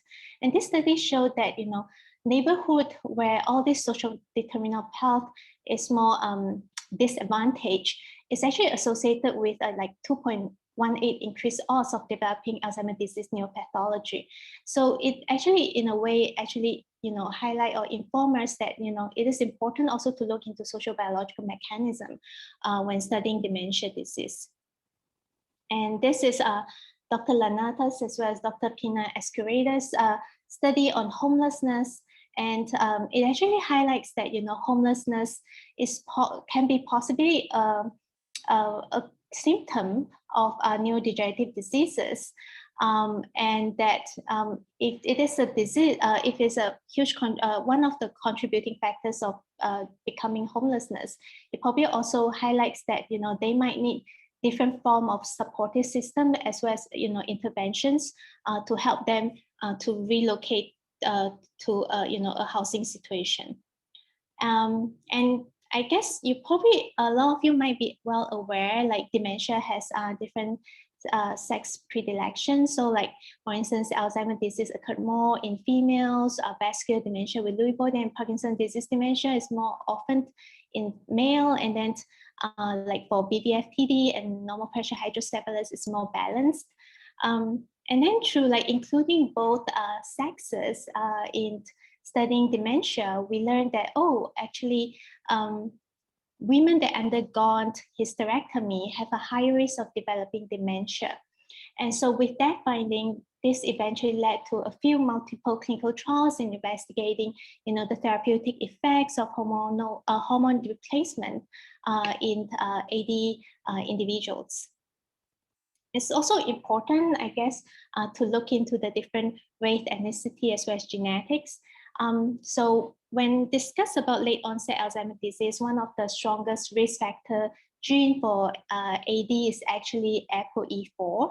And interestingly, we find that although ApoE4 remains one of the risk factors for late onset Alzheimer's disease in all different ethnic and racial groups, the magnitude of the risk effect is actually different in the different race and ethnic groups. So like East Asian is more heavily impacted by ApoE gene, and this effect is probably less significant, but still significant, but less in magnitude in the Hispanic and African American individuals.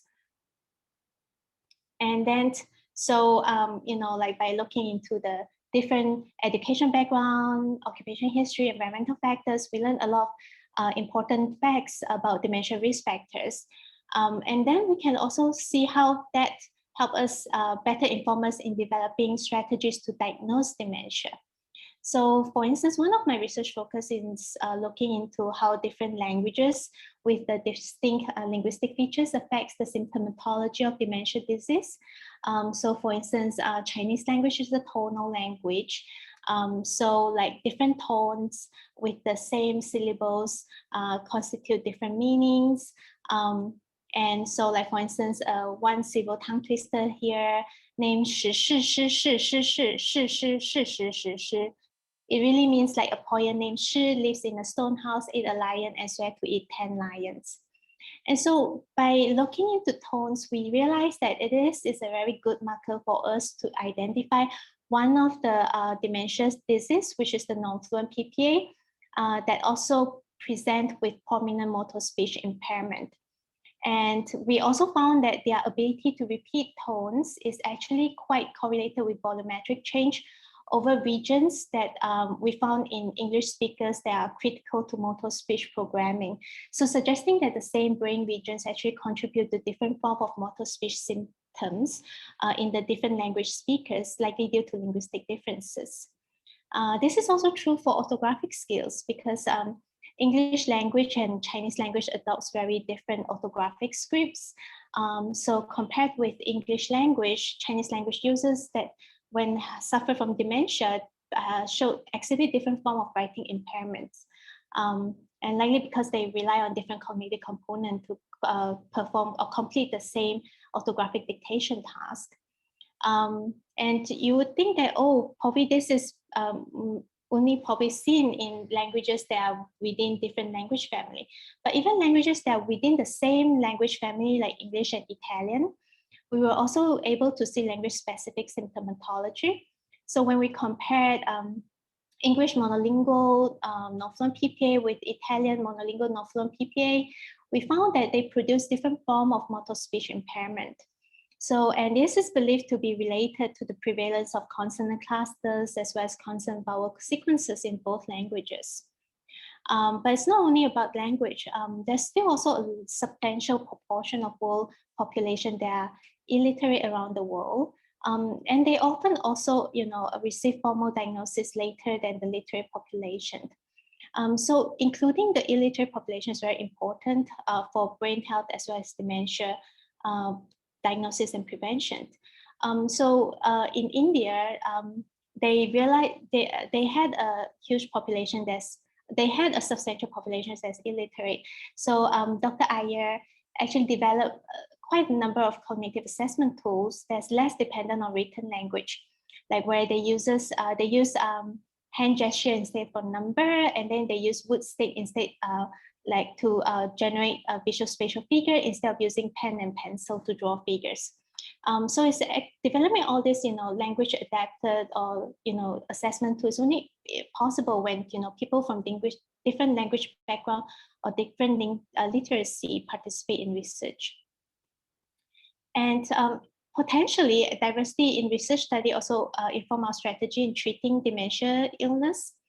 So, for instance, Dr. Salvatore Spina found that both early onset and late onset Alzheimer's disease individual actually carries a high number of co-pathology in their brain on autopsy, but even more so for late onset Alzheimer's disease individual. So this in turn probably suggests that, in addition to treating Alzheimer's disease in this individual, we might also have to consider other dementia pathology in our treating strategies. Like maybe we have to treat more than one diseases in those that has, co-pathologies.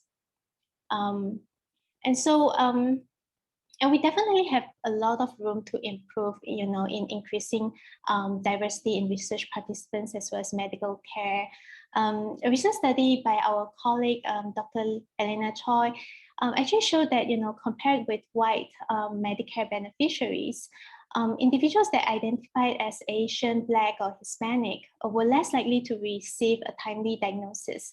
And that the Asian beneficiary will also receive less diagnostic evaluations tools or procedures as well. So suggesting that there's a discrepancy in our medical care between the different race and ethnic groups. And if we look at the neighborhood study, we also found that those that come from a more disadvantaged neighborhood have a lower participation in brain health research. And there is possible number of reasons that contribute to this. Based on the recent published Alzheimer's Association 2020 annual report, it's actually highlighted that the minority population have a more negative perception on medical research. And if you look at the funding distribution of our federal funds for research, you can see that for the minority population, it's also a bit more unequally distributed. Like if you look at AAPI group, only 0.17% of the total fundings goes to research that targets AAPI population. But AAPI, I think, make up to about 6.1% of the total US population. That's not to say that there's no effort in trying to enhance diversity in research. So if you look at NIH, the National Institute of Health Revitalization Act of 1993, they required all federal funded research to include women and minority populations. FDA also delegated 2016 as the year of clinical trial diversity. And every year, the month of April is for minority health. And this month I think, is focusing on COVID vaccine. So I think there's more and more effort in trying to raise awareness, but we definitely have still quite some room to catch up and work on. So with that, I hope I'm able to convince you that there's many benefits of having people of diverse background in terms of their learning history, their environmental factors, their speaking or writing language, their gender, to participate in brain health, and it benefits everyone in terms of whether certain things are generalizable across the different population, but also looking into the differences, you might discover important points of helping in dementia prevention as well as dementia diagnosis and treatment strategies. So with that, I'd like to thank you for your kind attention. This is my email. Yep. And this is the end of my presentation. Thank you. Great. Thank you so much, Dr. T, for your wonderful presentation. So next up, we have Dr. Kramer. So Dr. Kramer is a professor of neuropsychology in the UCSF Department of Neurology and is the director of the Memory and Aging Center's neuropsychology program. Dr. Kramer has been extensively involved in studying the cognitive changes associated with brain disorders for the past 3 decades.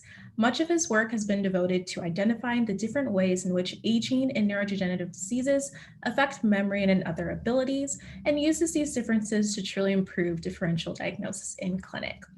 Dr. Kramer, the floor is yours. Hi, everyone. Again, thanks so much for the invitation to present. And thank you, Michelle, and to Ola. This has always been such a great group to work with. And next time we do this, so let's promise to do this in person at your phenomenal building next to Lake Merritt. All right, so, I think historically, and by the way, I'm very conscious of Zoom fatigue, and I know that you've all been at this probably since 10 o'clock this morning. So I plan to keep my remarks short. So historically, I think aging has been a little bit like the weather. Everybody talks about it, but no one does anything about it. And I think you can get a flavor from the speakers today that we're all struggling to do something about the aging process. And not only do I think it's possible, I think it's critical. I believe that as we learn more about what influences brain aging, we're going to be able to reduce the number of dementia cases by 30%. And this is going to have a huge impact on healthcare and quality of life. So this is a really important goal that's going to benefit us all. All right, so how do we, really think about this whole aging process? And by the way, I'm going to spend more time talking about what I don't know than what I do know. So here's sort of the general idea here, and this Dr. T and Lanata and others have really talked about how all these neurodegenerative diseases are associated with really bad proteins. So what do we want as we age? Okay, we want a brain that does not have any of these bad proteins. We want good, healthy brain cells. We don't want them dying off for whatever reason. We want to avoid having cerebrovascular disease. And I'm sure, we've talked about cerebrovascular disease and its impact on the brain. And we also really don't want much inflammation. And I think Dr. Casaletto talked to you about that. I mean, inflammation in the brain, if it's too high and too sustained, can be as bad as having too much inflammation in your joints, at which point we call it arthritis. So how do we go about accomplishing this goal? And I'm going to just talk about a few of the areas that we like to think about. So the first, of course, is genetics. And you're going to say, well, I already got my genes. There's nothing I can do about that. But there's a lot we can learn from a better understanding of the genetic influences on brain aging. I mean, we know that there are certain genes that predispose you. They're very high risk factors for a variety of different diseases. Some of them, if you have the gene, you're going to get the disease, like Huntington's disease or certain flavors of Alzheimer's disease. But we're learning more and more about a multitude of genes that have really small influences on it. So there are multiple genes that might increase your risk for getting some of these diseases, but there are also going to be some protective genes. And one of the reasons why we need to know a lot more about these protective genes is that, once we identify what those genes do, we might be able to then influence our biology or take a medicine that would, mimic the effect of these protective genes. And Dr. Casaletto talked a lot about the importance of physical exercise as a benefit, but there might be some genotypes for which exercise is even more effective, or some where it's not going to be very effective at all. So there's a lot we're going to learn about genetics. It's so much we don't know. Then there's what I call environmental exposures, and let me talk about that in more detail. And this is our early life history, right? So how many of you in this audience as a kid banged your head? Well, we all bang our heads. I've had my bell rung a few times. Riding a bike, your head hits the pavement, you have a mild little head injury. Is that going to have any impact on how your brain ages 40 to 50 years later? Probably not, but what if you've had 6 concussions growing up? What if you were playing like pee-wee football when you were 8 and between preschool, elementary school and high school, you had 20 concussions? Does any of this stuff have any impacts on how your brain's going to age when you're in your 60s and 70s? Big area of research that I think it's so important to learn about. It might be too late for us to undo the head injuries we had, but certainly going forward, we can make sure that our grandkids wear a helmet when they go out biking. What about some of the sort of adverse childhood experiences that some of us, some folks have been unfortunate enough. If you come from a chaotic home, for example, or you grew up in China during the Cultural Revolution and underwent exceedingly high stress levels growing up, does this have any impact on your brain as it ages? There's some hints that it might, but we really don't know, and we need to learn so much more about that. Dr. T talked about the possible advantages of speaking multiple languages. How universal is that, and how much of a benefit is that? What about your education? Several people have referred to education, but how do you really measure that? Is the number of years you've gone to school? It's probably more complicated than that. What if you went to a really lousy school? Or what if you went to a pretty good school, but you had attention deficit? Does this have much impact on how your brain ages when you're in your 60s and 70s and 80s? We don't really know. Dr. T talked about the potential relevance of learning disabilities when you're younger. But again, there's so much more that we need to know about that. How about the jobs that you have? So again, Dr. T talked about the potential importance of occupation, but let's take 2 people who work on a construction crew. One of them is very mentally active, is measuring things, is planning ahead, is getting involved in estimates and how much the job costs. And someone is much less engaged and more just sort of a doer. Does that make a difference? Is the person who's mentally engaged and active and problem solving going to age better when they're later on in life? We don't really know. Well, how about while you're on the jobs and you're exposed to toxins? What if you're a welder? Welders are exposed to high levels of manganese. We do know that manganese toxicity can cause cognitive problems, but what if you don't have obvious high levels of lead or manganese or some of these other metals? Can long-term exposure have any impact on how your brain ages when you're in your 60s and 70s? We don't really know. What if you grew up on a farm and were exposed to high levels of pesticides? Well, we actually do think that early exposure to pesticides is associated with increased risk for Parkinson's disease. Are there any other risks associated with toxic exposure? And speaking of toxic exposure, what about the air that we breathe? There's certain parts of the Bay Area, certain parts of California, different parts of the world where you're exposed to high amounts of air pollution. Is this a risk factor for adverse brain aging as we age? And there are some hints some data that were collected down in Southern California that showed a connection between how much air pollution there was and brain changes. So there's so much more we need to learn about this.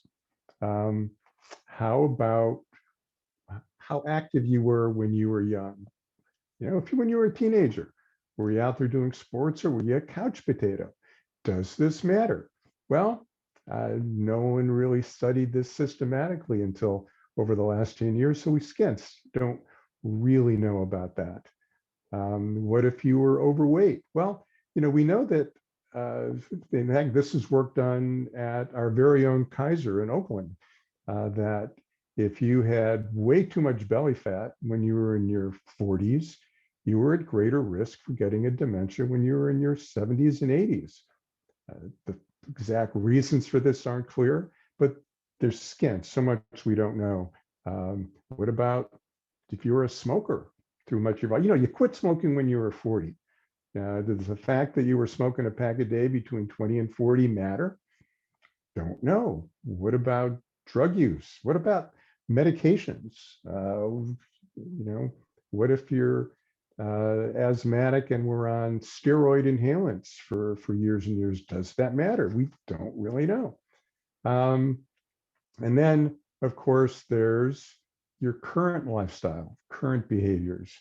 And a lot of people already have talked about diet and exercise. You know, sleep is incredibly important. And you know, what's the impact of obstructive sleep apnea on sort of long-term brain health? What about cardiac risks? I mean, what's good for the heart is good for the brain. So the connection there is really, really strong. But what happens if you have a long-standing hypertension? What if you have long-standing diabetes or pre-diabetes or high cholesterol? Or, you know, what's the impact of these ongoing, sort of, in theory, non-brain related health factors on brain aging? We don't know quite enough yet. What if you got COVID during this pandemic? Does that have any impact? And we don't know. Or what about, you know, some other, what if you're an optimistic person and you tend to look on the bright side of things versus you're sort of pessimistic and, yeah, you know, does this have any impact on how your brain ages? There's so many potential variables here that are so critically important to study.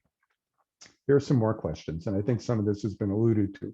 People have talked about measuring amyloid plaque in the brain. Amyloid plaque is one of those Alzheimer's proteins, right?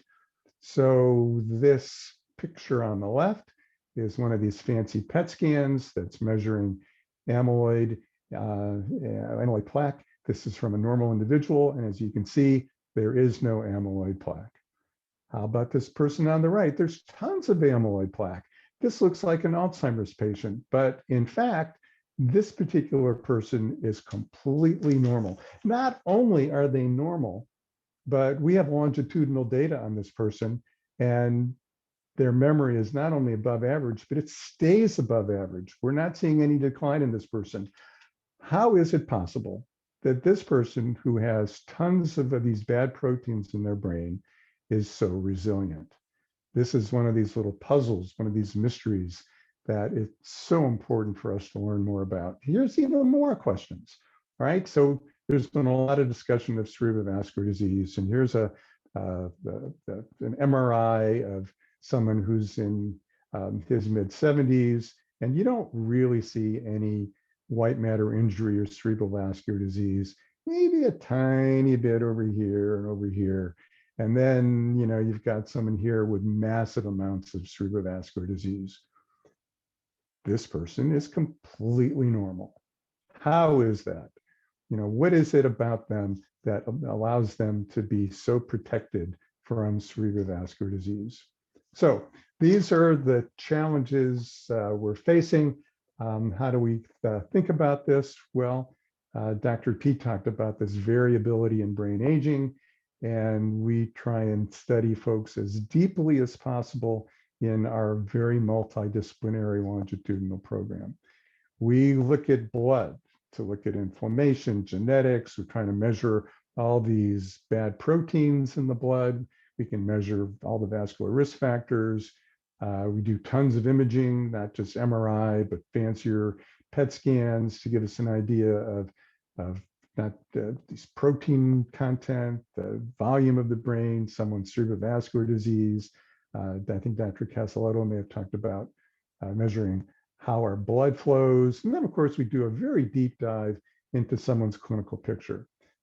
Tons of looking at cognition, their lifestyle, their social networks, and so many other variables. So to sum it all up, as a team, as a field, we have tons of questions. Answering these questions, I think, is really, really important because worldwide, it's going to reduce the risk of dementia and make us all a little bit better as we age. And to really start addressing these questions, we need a lot of help. You know, I think several people have mentioned this already. We need large numbers of participants. We have about 400 fairly normal, functionally intact, cognitively decent folks that we've been following, in some cases for over 15 years. And these are so valuable and they're teaching us so much, but we need to triple this number, quadruple this number. We need way more diversity in all the different things that I've been talking about, not just health factors and race and ethnicity and educational backgrounds, but all the various health things and life experiences that we've been describing. So again, we do this not only with the great help of the many folks who've participated, but with an amazing team of colleagues and research coordinators that are part of the entire amazing Memory and Aging Center. So thank you for all of your attention, and I think we are set up for a question and answer period.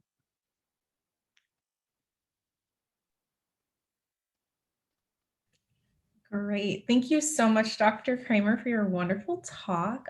So we are getting set now for the second Q&A session. That will be on the information from Dr. Kramer's as well as Dr. T's talks, and they'll be moderated by Eiley. So go ahead and take it away. All righty. So to start out with, a question, if we could clarify a little more the relationship with education and higher incidence of Alzheimer's disease or resistance to Alzheimer's disease. Are you more likely to get it if you have a higher education? Yes, should I answer, or Dr. Kramer, you would like to address this? Maybe we can both chime in. So why don't you start? Yeah, so I think in general, we think that having higher education level, especially at early life, do actually impact your dementia risk eventually. And as we previously shown, like, those that have above high school education level are more resistant to Alzheimer's disease pathology in the brain. They generally also have later onset of disease. They have milder clinical severity. But I think, as Dr. Kramer nicely explained, education also comes in various forms. Like what kind of school you attended, and how much that you spend in engaging in the education activities might be also playing a role in how much the effect would impact your brain. So I think even though in general we think it's helpful, there is definitely some variability there. And in considering that there is also people that learn differently, like some people are more talented in language and other people are more talented in visual spatial, and then vice versa, that they are less talented in language. So maybe also different education techniques needed for the different participants so that they can potentially maximize their potential or benefit most in developing their brain. And maximize their cognitive reserve.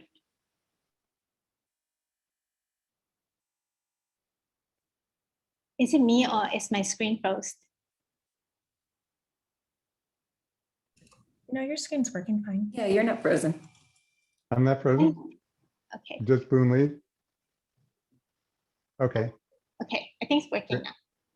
okay, great. Yeah, I mean, the only thing I would add to what was just said is, even though it's pretty clear that higher levels of early education are associated with lower risk of getting dementia symptoms, we don't know why.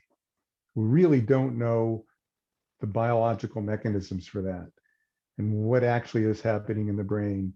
And I think one of our tasks is to figure that out.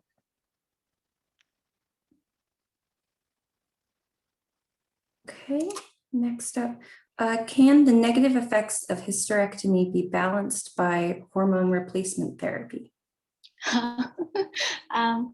Okay, maybe I should answer that since I mentioned it in my slides. Is that okay with you, Dr.? Okay,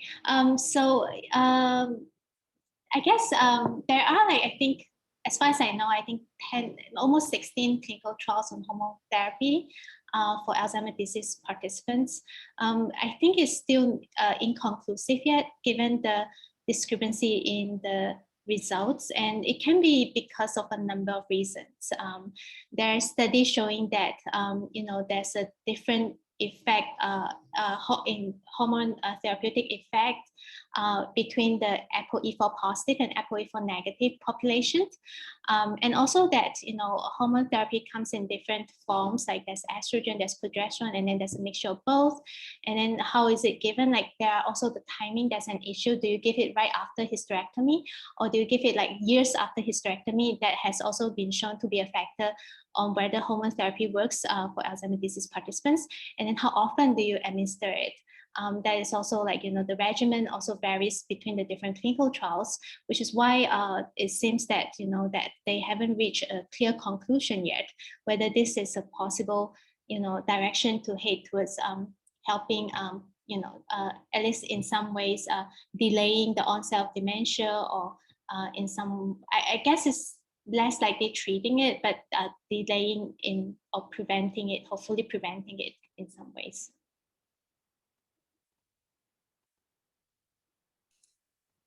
Okay, and is CPAP, does CPAP help brain health?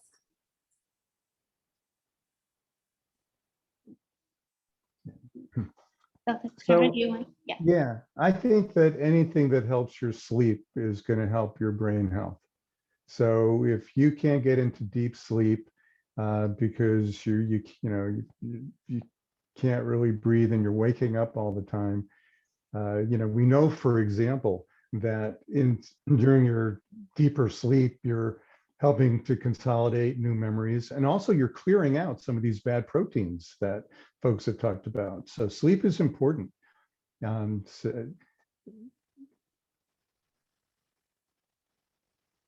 and can I add, like, I guess also it depends on, what kind of sleep problems you have. Like sleep, a disease can manifest in many different ways. There's like sleep latency problem where you can't fall asleep, and then there's like sleep maintenance problem where you wake up in the middle of the night. And then, the underlying reasons can also vary. Like, there are certain things, bad proteins that cause, like dream enactment, and then, or like periodic limb movement. And then there are, like, for instance, obstructive sleep apnea, which benefit a lot from CPAP. So I think it's helpful, when there's any sleep symptoms, to work with your doctor and get what we call as a polysomnography, which look at different details of the sleep, so that we can find the exact cause underlying the sleep, efficiency or sleep quality, the less sleep, bad sleep quality, and so that things can be addressed in a more precise or correct manner. Yeah, I mean, I like what you said about sleep can be both a cause, or it can be both a result or a symptom of brain disease, as well as a contributor to cognitive symptoms. So like with most things, it's complicated. True. Okay, and so with risk factors like hypertension, for example, if you're taking medication to, mitigate your hypertension or diabetes, does that help decrease the risk of dementia? Should I take this one, or Dr. Kramer, you'd like to address this? Take it away. I think the short answer is yes. So we do think that high blood pressure, if you control hypertension, does decrease your risk of developing dementia in the future. It's actually in one of the 12 lifestyle modification that I think Dr. Casaletto mentioned in her talk. And the current study is actually aiming at 120/80, the recent spring trial. So even a small differences. So previously, I think the guideline was around 140, but even a drop, a comparison between 120 and 140 do also still show a cognitive, benefit there. So the current goal is to control it at 120. A lot of times patients would also ask us whether the different medications, because there's also different class of antihypertensive medications, and whether the different class of antihypertensive medication do make a difference. In general, I think most meta-analysis do not support that there's a particular class that do actually benefit more than the other. So as long as you reach the goal of 120/80, it generally will benefit your brain. Great. And there too, the complicated parts of all this make it extremely interesting. So anything that you do to help your heart helps your heart. And anything that helps your heart is going to help your brain. So there's that indirect pathway. But I think we're also learning more and more about how there can be a very direct impact of things like hypertension, or even high cholesterol directly on the brain. So I think there are a couple different pathways, so take anything you do to take care of your heart, it's going to be great. Yep, saving heart is saving the brain. Right, and so are there any epidemiology studies that the Memory and Aging Center is involved with? On what topic exactly though? Like epidemiology studies on what topic? Like all kinds of brain health topics? Oh, wow. I guess there is, like, if you consider like the modifiable risk factor, lifestyle that helps prevent dementia, that is actually an epidemiology study in some ways that highlight, the different risk factors and their importance in decreasing dementia. I don't know whether Dr. Kramer, there's anyone that you have in mind that you'd like to share as well. Yeah, well, so these epidemiological studies use tens of thousands of subjects. And of course, any single center doesn't have that many. So most epidemiologists take advantage of large groups of centers like ours. So we participate and contribute to lots of epidemiological studies.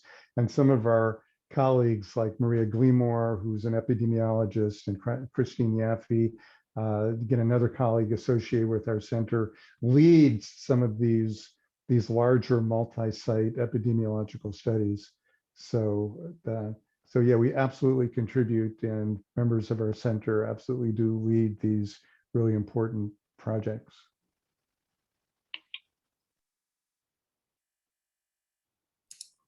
Great, and then we have one more here that's asking about how occupation, how we think occupation and jobs relate to dementia rates. I can share some thoughts on that.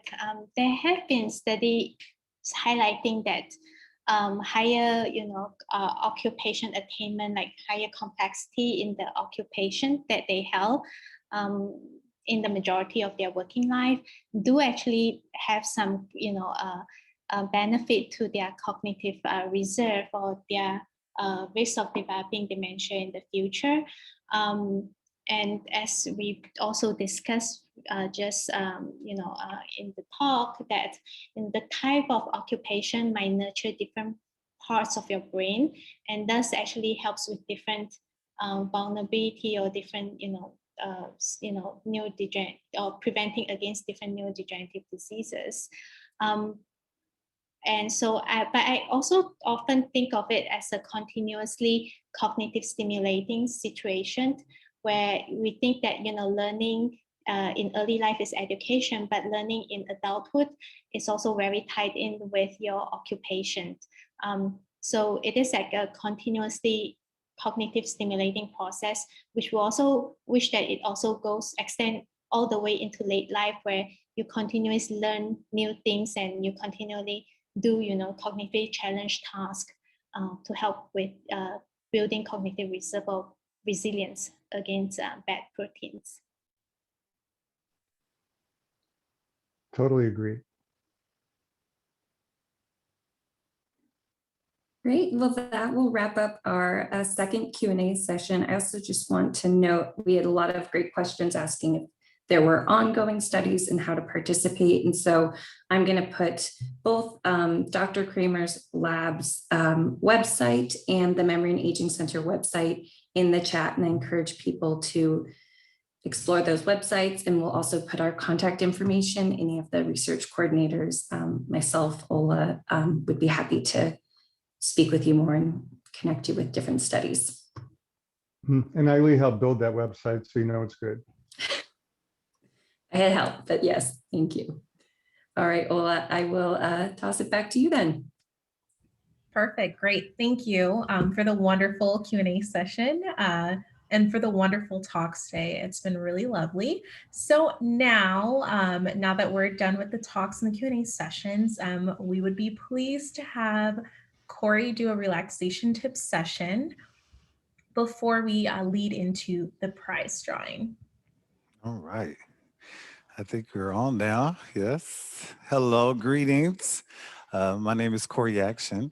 Just gonna pull my, oh, there I am. Hey, there I am now. Good to see you all. My name is Corey Action, and I am here at New Style Motherlode Studio located in Oakland. And I'm gonna do some movement and relaxation.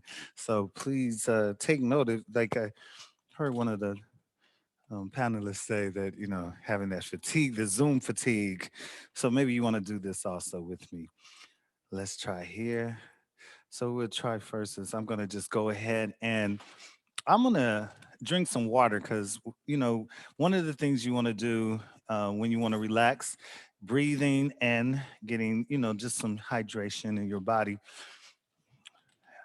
Put this music on. If you have some soft music, relaxation, maybe you have some water or sounds or dreamy sounds you can work with.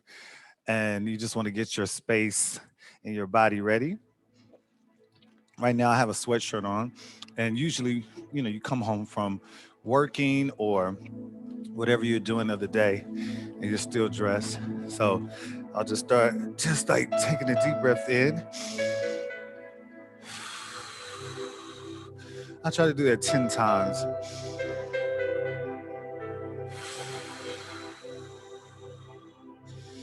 And this is 3.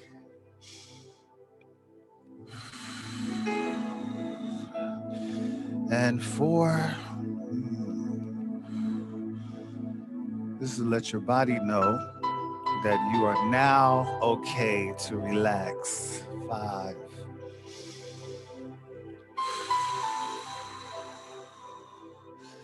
And 6. You may want to just move a little bit, shoulders. And 7.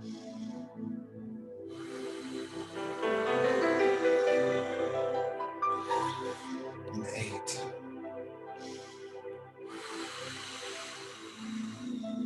One more. Take this 9. On the 10th here, want you just to bring it all the way in. And when you relax,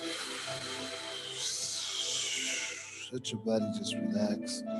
You shake your arms out. Doesn't matter if you're any kind of like flow motion kind of thing. You just want to let it go.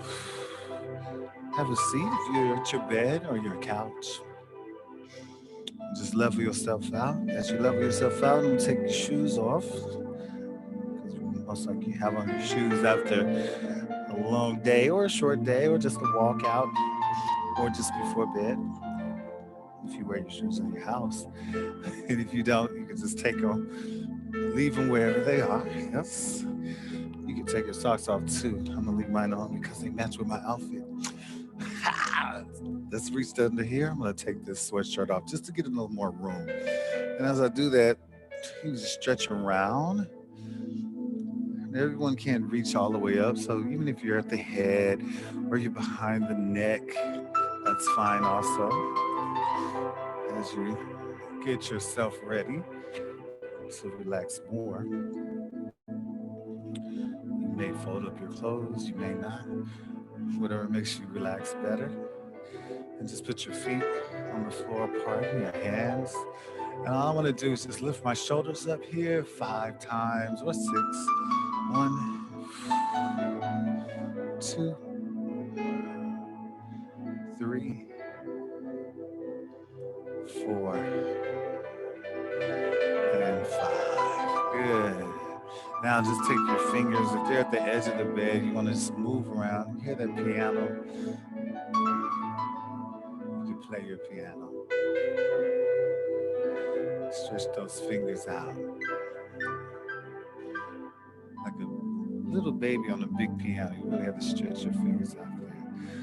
And if you want to, just relax your neck around. Take those deep breaths, make sure you're breathing long. While you're doing this, it's always great to think about some good times. Not the party, but maybe like the walk in the park, the flowers, an unexpected call. If you want to go down, you can. Some people can go down towards the knees here. Some people may have to still hold on to the bed playing the piano and just take a little relaxation over it. Roll up. And let's do that again. Take that down. Roll up. And go at your tempo. Sometimes if you're moving too fast, you may get dizzy.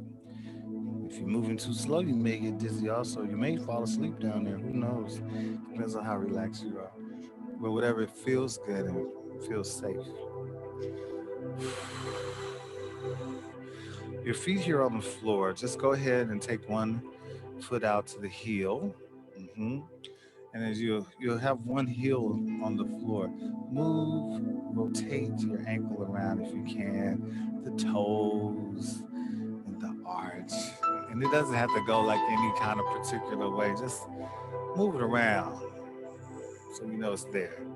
And if you can, with that heel on the floor, go as far out as you can, like almost like a point to get your toes on the floor, and then just pull back in. And switch sides. Good. And go ahead and rotate your ankle there. Keep breathing. Like I said, you may be thinking about an old friend that you used to hang out with and have all those fun times with. Maybe ice skating, roller skating or something. You say, I used to be able to make my ankles move around. I used to have a ballet class. I could point my toes. And let that foot relax all the way down there to the floor and just bring it in. Good. From here, both heels on the floor, lift those toes up, stretch them out. I just want you to put your hands on your knees here, and if you can walk down to your toes and just hold them if you can. If not, touch the little toes. You touch the little pinky that went to the market. And roll up there. Good. Now, my hands are gonna be here on my thighs here. And as I do that, I'm just gonna push away. And when I push away, I'm just gonna release my back. I'm gonna turn to the side. You can see me in a second. I'm just gonna push away and come up again.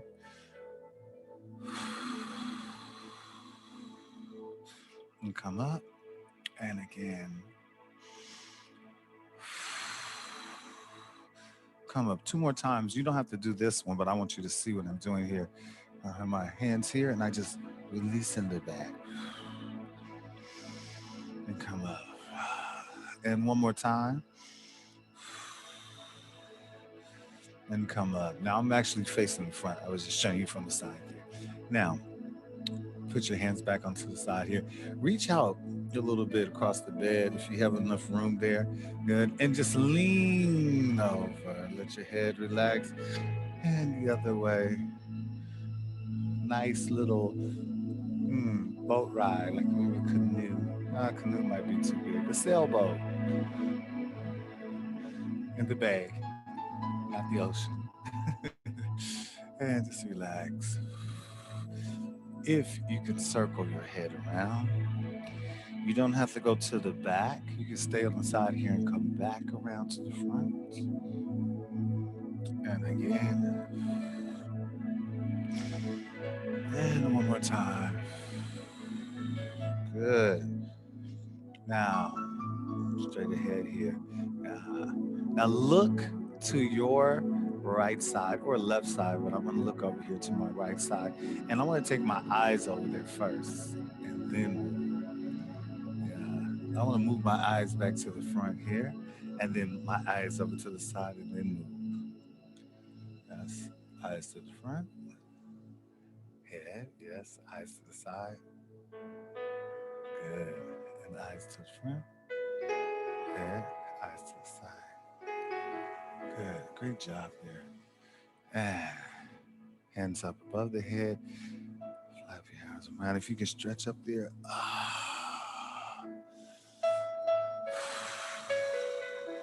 And remember, you may not be able to stretch this far up. You may be here.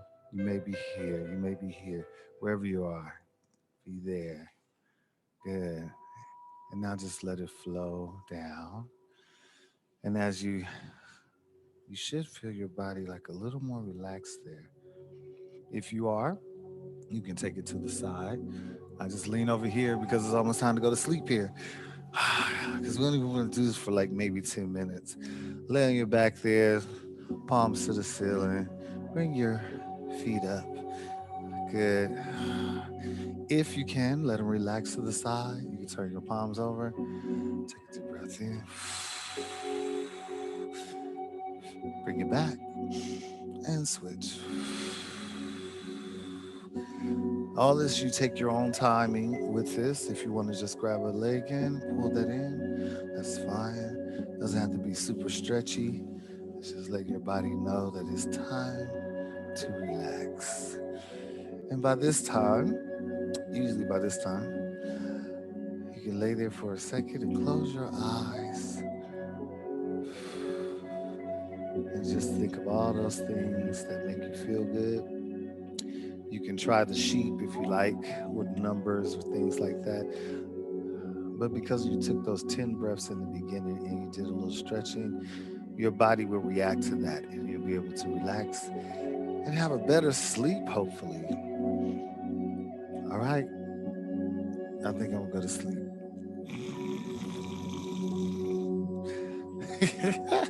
Actually, I do feel a little bit more relaxed.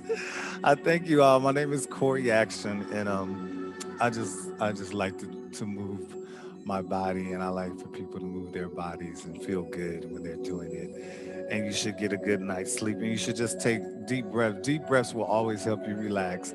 I always say 10 deep breaths when I'm with my friends and we've out, done a show or something and we're out to party. And I'm not like a partier. I like to kick it, but they'll be partying too hard. And I'll say, you know what? Take 10 deep breaths. And they're always like, how did you know to do that? It's like, because your body's going to let you know. Thank you so much. I am so blessed to be here. And I hope you have a fabulous day at the rest of your conference. Thank you.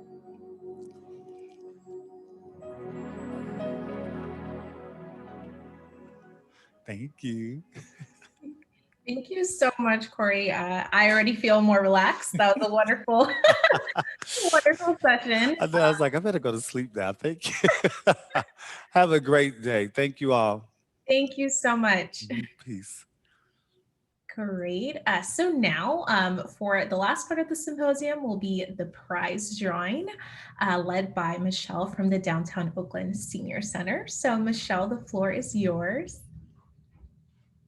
Okay. Good afternoon, everyone. Thank you to what? I can't do it. No, it's not like.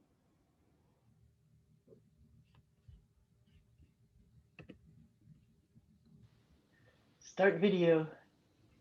Start video. There we go. Oh, Okay, give us one moment. sorry, we're just having a little technical. Yeah, one moment.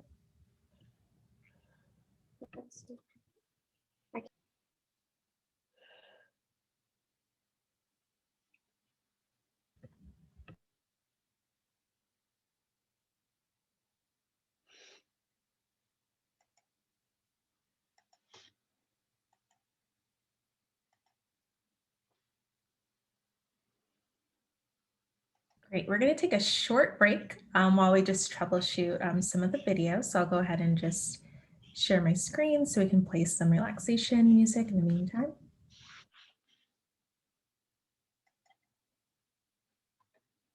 Maybe you can just speak. Ola, what? Hi. I know it's not working. Another thing is we can also call out the names, one by one with the prize drawing.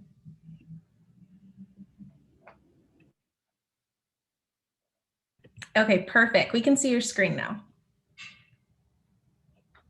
Great. But you're muted, Michelle. Mute. There you go. Okay. Thank you to our wonderful UCSF panelists and our attendees for your participation and support. We will now proceed with our prize drawing consisting of 10 $50 Safeway gift cards.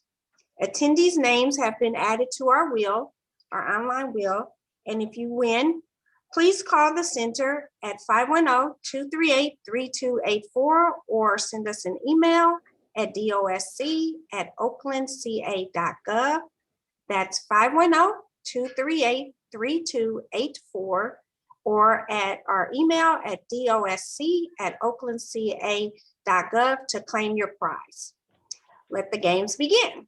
So we're going to do 10 random drawings. Well, and here we go.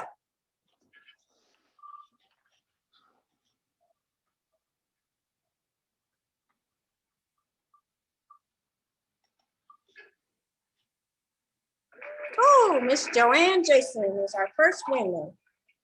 Yeah, way to go, Joanne. Way to go, Joanne. Woo. Okay, round two.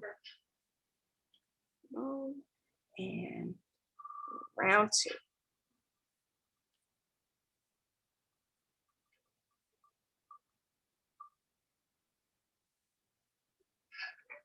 Miss Anna Griffin. Congratulations. Miss Griffin, way to go. Okay, here we go.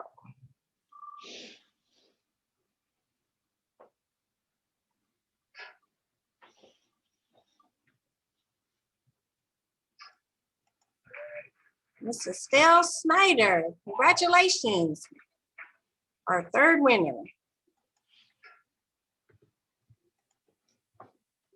Congratulations. Got it on? Wonderful.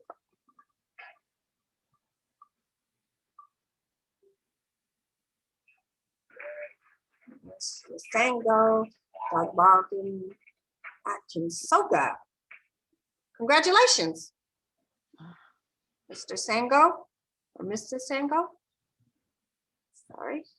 Can you just repeat that, the phone number to call, Michelle? You will call our main center number at 510-238-3284, or you're welcome to email us at DOSC@oaklandca.gov.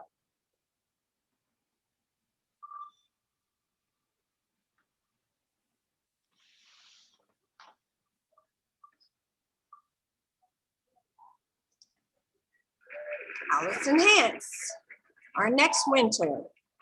Congratulations.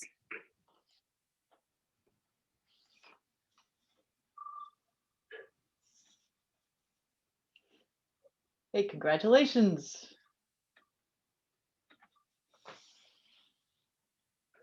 Oh, to the owner of phone number calling in 1408, ending with 801. Congratulations. Okay.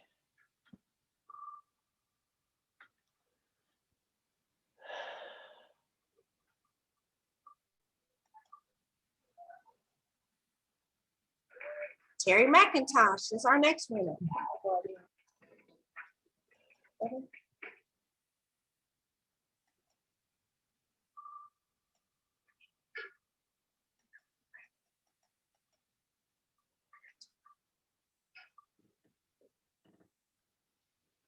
Mr. David Brown. That's all. Okay, we have 2 more left.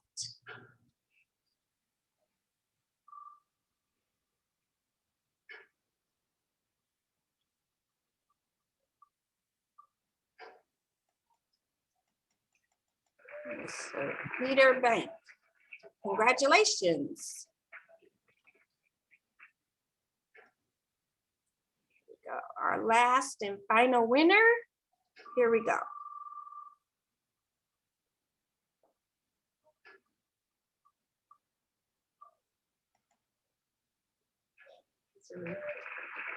Username RP Long 145. Congratulations to all of our winners. You can once again give us a call at 510-238-3284 or email us at DOSC@oaklandca.gov to claim your prize. Thanks to all of our participants. Paula? Yes, thanks everyone. Ola and the whole UCSF team, that was just marvelous. We so enjoy these symposia with you guys. I'll hand it back to you, Ola. Great. Well, Eiley and I want to just thank you all for your participation today, and for our speakers for the wonderful presentations. I enjoyed everything. I'm sure all of our attendees did too. And just want to again thank you for everything, and do not hesitate to reach out to us. Our emails are in the chat. We're also going to put our contact information in the upcoming newsletter. So in case you want more information or want to find out ways to get involved in the research, there's definitely many opportunities for that. So thank you, everyone. Thank you, and have a great day. Yeah. Thank you, Ailey. Thanks, everyone. Thank you, everyone. Great job. Have a good day. Okay, everyone, take care. Bye.